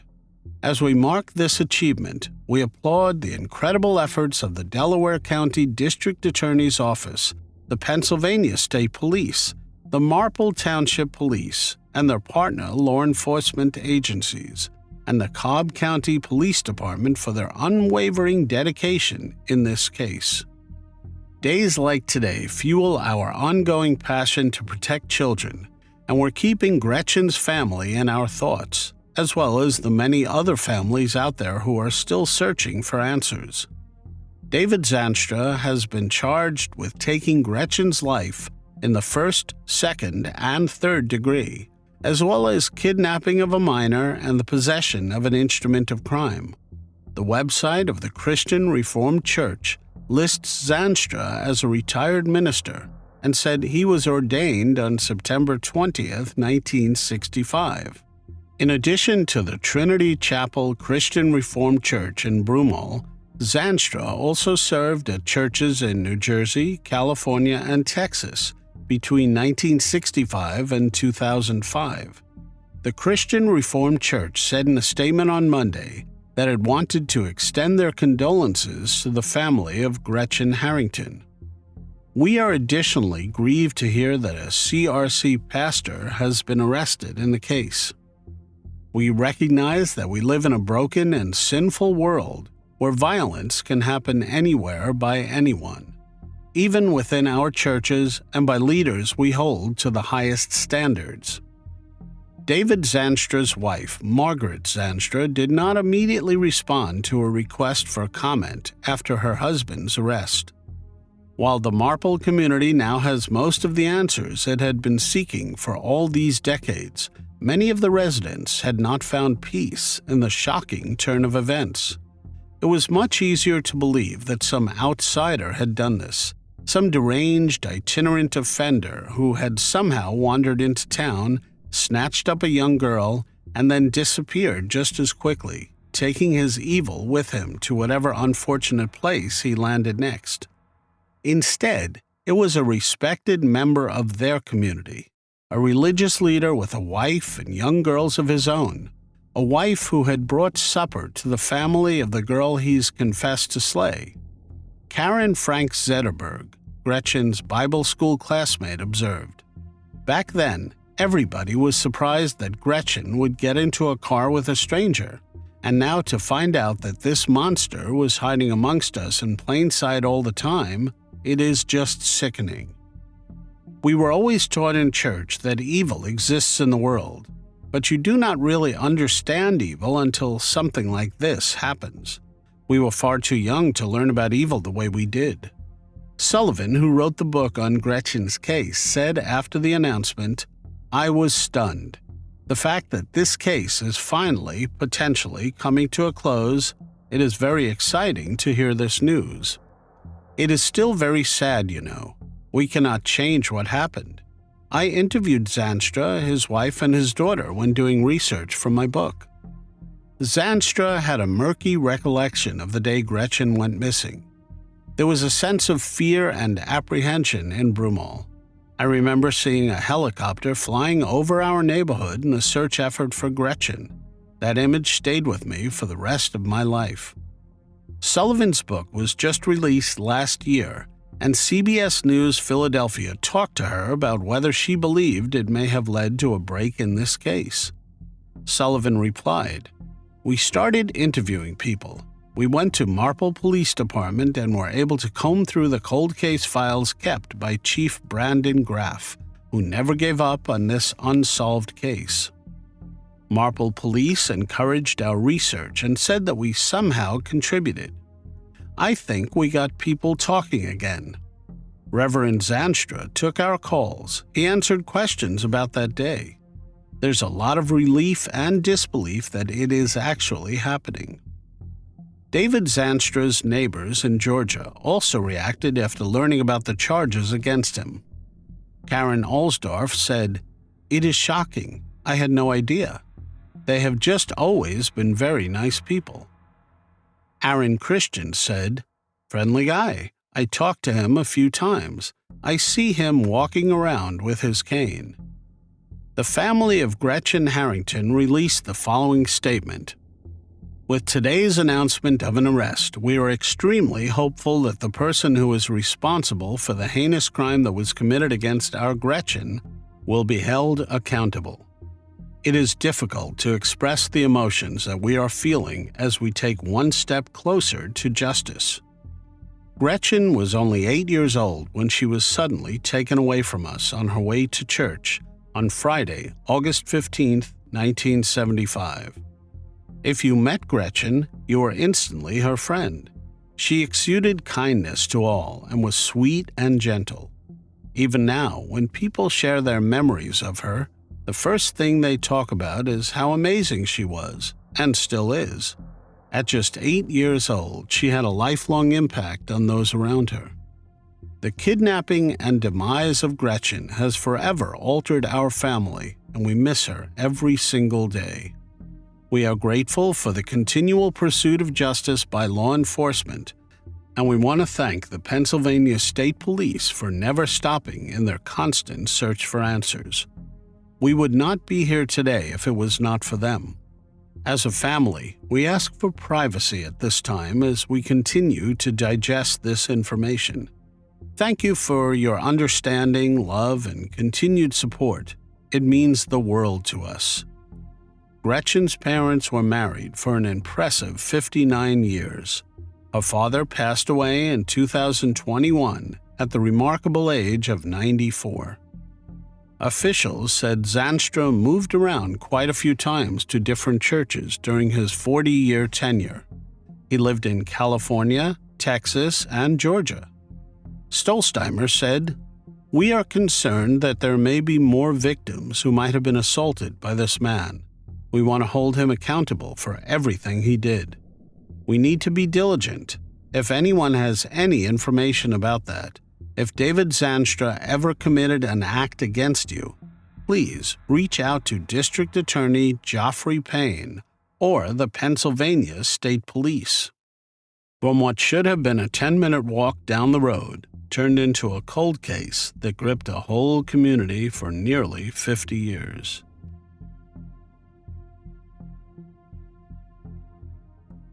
Morgan Bauer was born on April 13, 1996 in Memphis, Tennessee. She was the only child of Sherry Keenan and an unknown father. Morgan grew up in Aberdeen, South Dakota, and graduated from Central High School in 2014. She was a pretty girl with blue eyes and brown hair. Morgan had a passion for music and art and aspired to become a tattoo artist. She had a number of tattoos herself. One of those tattoos was a butterfly that symbolized her freedom and transformation. Her other tattoos were a sun-moon near her right shoulder inside a Celtic design, an anchor with the words, "Whatever you love can be taken away, so live like it's your last day," on her left wrist, a blue and orange jellyfish on her arm from her inner wrist to elbow, and a black tree and flowers on the back of her neck. She also had her ears gauged and her lip pierced twice. Morgan was an avid reader and writer, enjoying books from all different genres. She also wrote poems and stories on her blog. Morgan was a talented dancer and performer and had been dancing since she was 3 years old. She participated in various competitions and shows.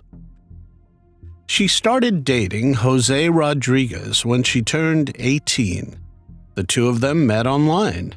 Morgan also had a dream of becoming a journalist or photographer. She always carried her camera with her. Morgan was active on different social media platforms. She posted photos of herself and her friends, as well as inspirational quotes and memes, especially on Facebook, Instagram, and Twitter. She had thousands of followers who admired her beauty and personality. Morgan loved to travel and explore new places. She had visited 13 states in the U.S. and had plans to visit more. She decided to leave the small town of Aberdeen in South Dakota and moved to Atlanta, Georgia, in search of a new, independent life.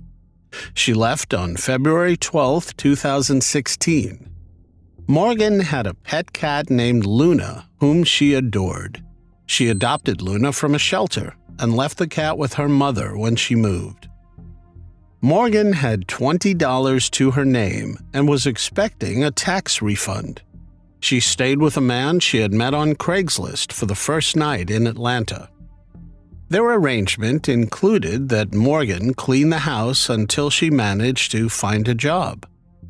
Unfortunately, this agreement did not work out between the two roommates. She then stayed at different hotels. Morgan took a job as a dancer in a Gainesville, Georgia club called the Top of Gainesville. She and her mother were in contact every day or every other day through social media or phone calls.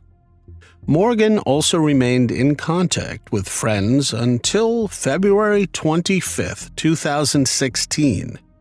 It was then that she abruptly went silent.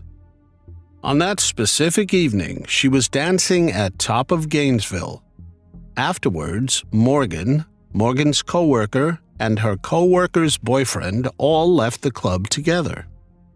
They dropped Morgan off at the Citgo gas station in Covington, where she got into a green Eclipse with an unknown driver. That would be the last time Morgan was seen alive. Her mom, Sherry Keenan, became concerned when she could not reach Morgan. She decided to go to Atlanta to find Morgan. Sherry went to the last motel that Morgan was staying in. There she found that all of Morgan's luggage was still in place.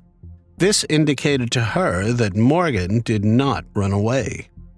Sherry then talked to Morgan's boyfriend, Jose Rodriguez, to hear if he knew anything about where she could possibly be. Jose told her that he loved Morgan and was worried about her safety as well. He also said that he had not seen her or heard from her. On March 8, 2016, after not hearing from Morgan for over a week, Sherry Keenan reported her daughter as missing to the Atlanta Police Department. According to her cell phone records, officers determined that Morgan's last phone call was made to Jose on February 25, 2016. In Morgan's last Instagram video, she was seen walking in the Yellow River Park in Newton County, Georgia. An unidentified man could be seen walking behind her. Morgan's Instagram was private, but Sherry Keenan said a friend of her daughter's sent her a screenshot of Morgan's last post. It showed that it was posted on February 26, 2016, a day after she was seen climbing into the green Eclipse. That meant police were looking in the wrong places, based on an incorrect timeline. Investigators tried to identify the man in the video to gather information, but they were unable to do so. Multiple law enforcement agencies got involved in the attempt to locate Morgan. Family members spoke to news outlets to share more information about the missing teen. Her disappearance sparked a massive online search due to the huge following she had. She had moved to the Atlanta area only about 2 weeks before she went missing, leaving nothing but unanswered questions in her absence. Despite investigators' best efforts, they were unable to locate Morgan. They did not know if she left willingly or if foul play was involved. Sherry Keenan said in 2019, "There is not a lot of information out there. Morgan is a cold case, but an active cold case with the Atlanta Police Department." Family and friends held a vigil on February 25, 2023, where they remembered the young woman who went missing when she was only 19 years old. Sherry Keenan said, "I am not ready to say goodbye until she is found." She organized the Saturday vigil at the Yellow River Park in Newton County. This was the same park as the one where Morgan was last seen. The next update on the case came on July 27, 2023. It was then that police said they had new information which they could not make public.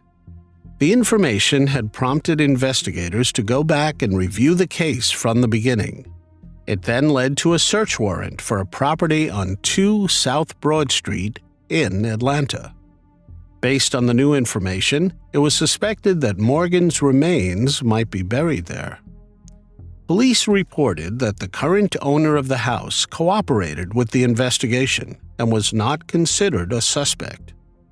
The location of 2 South Broad Street is about a 10-minute walk from the park where Morgan was last seen. Authorities searched both the home and the large area of open property.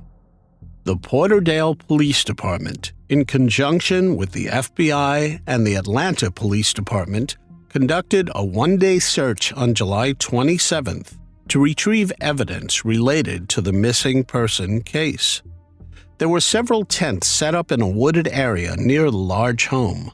Police released videos of FBI agents slowly combing the property in grid formation. Police said after the search that they believe Morgan's life was taken and her body was dumped. Police did not specify what they found that led to this conclusion, since they did not find Morgan's body. Sergeant Michael Walden gave feedback and said that their search led to the location of items of evidentiary interest. However, they could not reveal additional information. Morgan's mom, Sherry, had this to say during the search. "I believe Morgan, if she was still here, she would have reached out. Even if she did not want to talk to me, she would have reached out to her grandma." She added that the last time she saw her baby girl, she gave her something to keep her safe. "We did not really talk. I gave her a penny, though. I told her to put the penny in her pocket and to keep it with her to keep her safe. She was with a friend, but I do not know who he was." They walked off, and that was the last time I ever saw her. Sherry referred to an unknown man that was with Morgan before she left for Atlanta. Sherry suspected the new information and the search of the property would unveil something big in her daughter's case. Casey McClure, who runs an organization that provides outreach to exploited women and has helped in the search since it began, said, "It all goes back to the couple that was last seen with Morgan."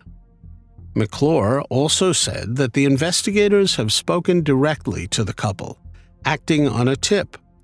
They were identified by officers and were publicly referred to by their last names, Goebel and Warren. McClure said, "Goebel was very sweet and polite and well-mannered and seemed concerned about Morgan. Warren was very rigid." On Saturday, August 5, 2023, the City of Porterdale Police Department posted the following on Facebook. Porterdale police officers obtained arrest warrants and 2 persons have been arrested in this ongoing investigation. Investigators are still actively working on this case, and it is continuing to develop while they are in constant communication with our district attorney and his office. Police Chief Jason Cripps said in the arrest announcement that he was grateful for the help of the other agencies. This was finally a new update in the over 7-year disappearance of Morgan. 27-year-old Jonathan Alexander Warren was arrested in Los Angeles in connection to Morgan's case. He was charged with 4 felonies: taking Morgan's life, hiding that fact, aggravated assault, and tampering with evidence. In accordance with California law, Warren's mugshot was not released. He apparently lived in the area where Morgan was last seen at the time that she disappeared. Warren has a long list of previous offenses. He has charges of fleeing or attempting to elude, driving without headlights in the dark, driving while license is suspended or revoked, and reckless driving. He was 22 years old when he committed these crimes. Most importantly, his address was listed as 2 South Broad Street, Porterdale. This is the same address where the latest search for evidence was done. 27-year-old Caitlin Goebel was arrested in Peoria, Illinois, also in connection to Morgan's case. She was charged with 2 felonies: concealing the fact that she assisted in taking Morgan's life, as well as tampering with evidence. She is currently being held in Peoria County Jail. Her mugshot was also not released. The nature of the relationship between Morgan and the couple was not confirmed by police. Newton County District Attorney Randy McGinley said his office is hopeful that Morgan's family will soon see justice. I always look at it from the victim's perspective, or in this case, the victim's family. This family has been waiting for years, not knowing what has happened. He also said that right now they were still waiting on Warren and Goebel to be extradited back to Newton County so they can begin to review the case files. We do not usually have the entire case file until the arrest is made, so we need time to review the case file, McKinley added. On Monday, August 7, 2023, Morgan's mother was not ready to speak on camera about the news of the arrests, but instead posted an update on the massive Missing Morgan Facebook page. Sherry Keenan described Morgan as charismatic, gentle-hearted, beautiful, and funny. She also said that Morgan was her best friend and that she missed her terribly. "What we cannot share is speculation," she wrote. "Please understand, legally and currently, Morgan is still considered a missing person. While we are so grateful that arrests have been made, this is an ongoing investigation." Paxton Gilbert, a friend of Morgan, had this to say after the arrests. "It is a big shock. They were the last two people to be seen with my friend Morgan. I just want to know what happened, you know. They told investigators. They even told her mom. They dropped her off at a gas station, and that is the last they saw of her." The new information that investigators received was an informant that said investigators should take a new look at Warren and Goebel. The evidentiary items found at the couple's home confirmed to investigators that they were responsible for taking Morgan's life. The hope is that the couple will admit to what they did and tell investigators where Morgan's body can be found, so that Morgan's family and friends can start the healing process. Eileen Cotter was born in 1952, 3 years after her parents moved from Ireland to England. Her father, Patrick Cotter, was a laborer. In 1967, 15-year-old Eileen found the body of her mother, who sadly took her own life. Eileen left school at 16 and worked at a holiday camp in Barry Island in Wales. Later on, she found work at a care home in Ireland. Just after 2 p.m. on June 1, 1974, a resident at a block of apartments in Hamilton Park, Highbury, North London, saw what she thought was a bundle of rags in the courtyard next to a block of garages. Another resident realized it was a body and asked her father to call the police. When police arrived at the scene, they documented that the female body was lifeless. The body was identified as Eileen Cotter's. She was 22 years old at the time. Eileen was found strangled, with her one eye black and bruises on her face and neck. She was lying face down with her lower body exposed and her underwear and tights pulled down. Her handbag, glasses, and shoes were missing. Eileen Cotter's father released a statement detailing his daughter's short life marred by family tragedies after her body was found. A forensic examination was done on her body. A pathologist found that the cause was manual strangulation. DNA samples were recovered from 2 places on Eileen's body. The DNA was used to extract DNA profiles, but unfortunately, no matches could be made at the time. Police interviewed 92 potential suspects and carried out an extensive operation to identify local curb crawlers in their effort to find the attacker. Unfortunately, he was not identified, and her case went unsolved. In 2012, 37 years after Eileen's body was found, the investigation was reopened following advances in DNA profiling.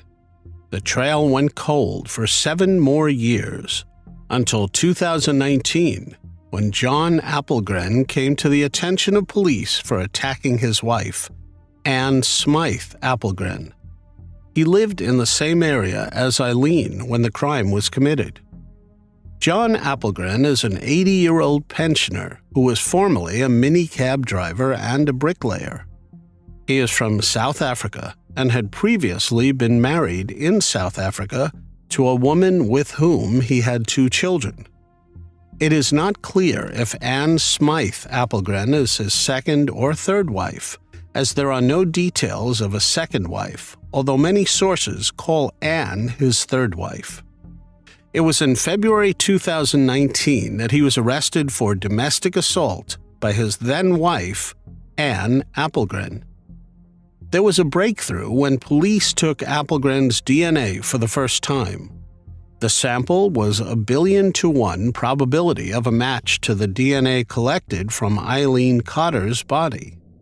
When interviewed, he claimed that he did not know Eileen, but accepted he had relations with other women during his marriage. On June 22, 2022, John Applegren was arrested and charged with the slaying of Eileen Cotter.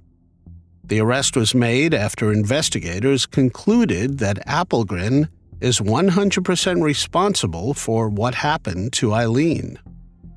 Detective Chief Inspector Lawrence Smith said that if someone knocked on his door and arrested him for a crime of almost 50 years ago, he would repeatedly plead his innocence until he could no longer speak. That was not him. He was very calm about it. He had an aura of, dare I say, evilness about him. Applegren appeared at the Bromley Magistrates Court on Thursday, June 23, 2022, where he was remanded into custody. The judge fixed a trial of up to 4 weeks from June 6, 2023. Opening the prosecution's case, prosecutor Alexandra Healy said that DNA samples taken from Eileen's body in 1975 matched those of John Applegren of Bryden Close in Sydenham, southeast London. During the trial, she told jurors that in 2019, Applegren had come to the attention of police for attacking his wife. The court heard Applegren was seen on the night of the slaying in 1975 at a Finsbury Park hot dog stall, where Eileen would often go. Ms. Healy also told the jury that it appeared Eileen had been pushed out of a car after she and Applegren had intercourse. She described to the court, her body was discovered in the position it fell, without shoes and with her tights and underwear still around her right leg. Applegren hit Eileen in the face and throttled her before throwing her body out of his car.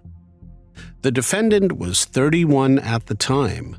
This happened just 6 weeks after the birth of his first child with his then-wife, Anne. Applegren told police in 1975, when he was interviewed as a potential suspect, that he was living in Leighton and never went to the Finsbury Park and Highbury area, which was a lie. Miss Healy also said, Eileen did not have the defendant's DNA on her underwear and tights because she never pulled them up after they were together. She never pulled them up because she was not alive anymore. During the court case, it was revealed that Eileen and Anne were most definitely not Applegren's only victims. Applegren assaulted an 18-year-old female guest at his own wedding to Anne Applegren on October 14, 1972. Ms. Healy told jurors the incident only came to light years later when police interviewed Anne Applegren as part of the reinvestigation into Eileen's case in 2012. Ms. Healy told jurors that Applegren had pushed the 18-year-old woman against a wall after she left the toilet at his wedding reception and assaulted her. The victim had not told anyone about the incident, as she was afraid she would be blamed. The teenager told Anne Applegren about the assault after the pair later divorced. Anne Applegren, mother of two, also revealed that she had been mistreated and that Applegren had once grabbed her neck with both hands. She added that she believed he was cheating on her just months after their 1972 marriage, and later found out he was sleeping with her brother's wife.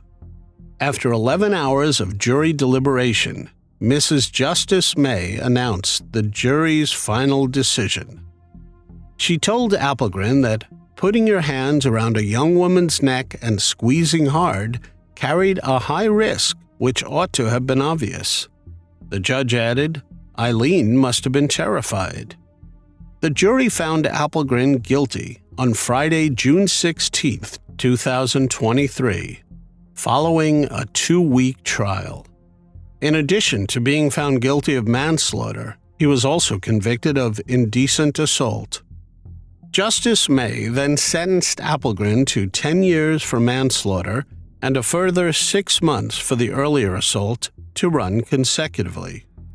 This means he will be eligible for release on parole after 5 years and 3 months on June 21, 2028, when he is 85 and hopefully worm food. In mitigation, Justin Rouse listed Applegren's health problems, saying the defendant would be affected significantly by serving his sentence.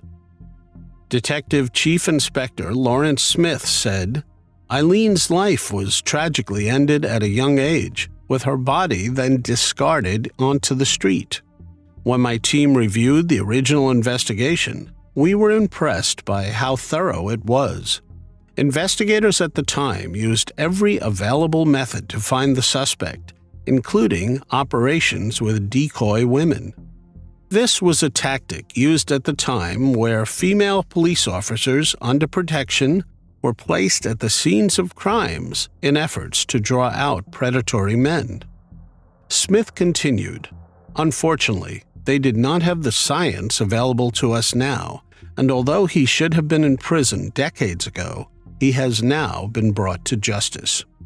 Investigating violence against women and girls is a priority for the Metropolitan Police, and we will relentlessly pursue predatory men, whether a crime took place decades ago or today. Eileen's half-brother, Patrick Cotter, who was 5 at the time of her demise, said in a statement, Eileen and I shared the same father. My mother cared for Eileen as her own mother passed away. I was not only deprived of a sister I had little time to get to know, the knock-on effect also meant I lost my mother, who took her own life, and my father to mental illness and alcoholism. This was all brought about because John Applegren took Eileen's life. 3 years after Eileen's strangling, my mother took her own life, as the relationship between her and my father broke down significantly. Due to the fighting between them, I was placed in a care home where I suffered abuse until the age of about 11. It was never explained to me why I was placed in care, and I lived most of my childhood believing it is because of something I had done wrong. His statement continues, Again, being a young child, I struggled to understand, with little explanation given to me.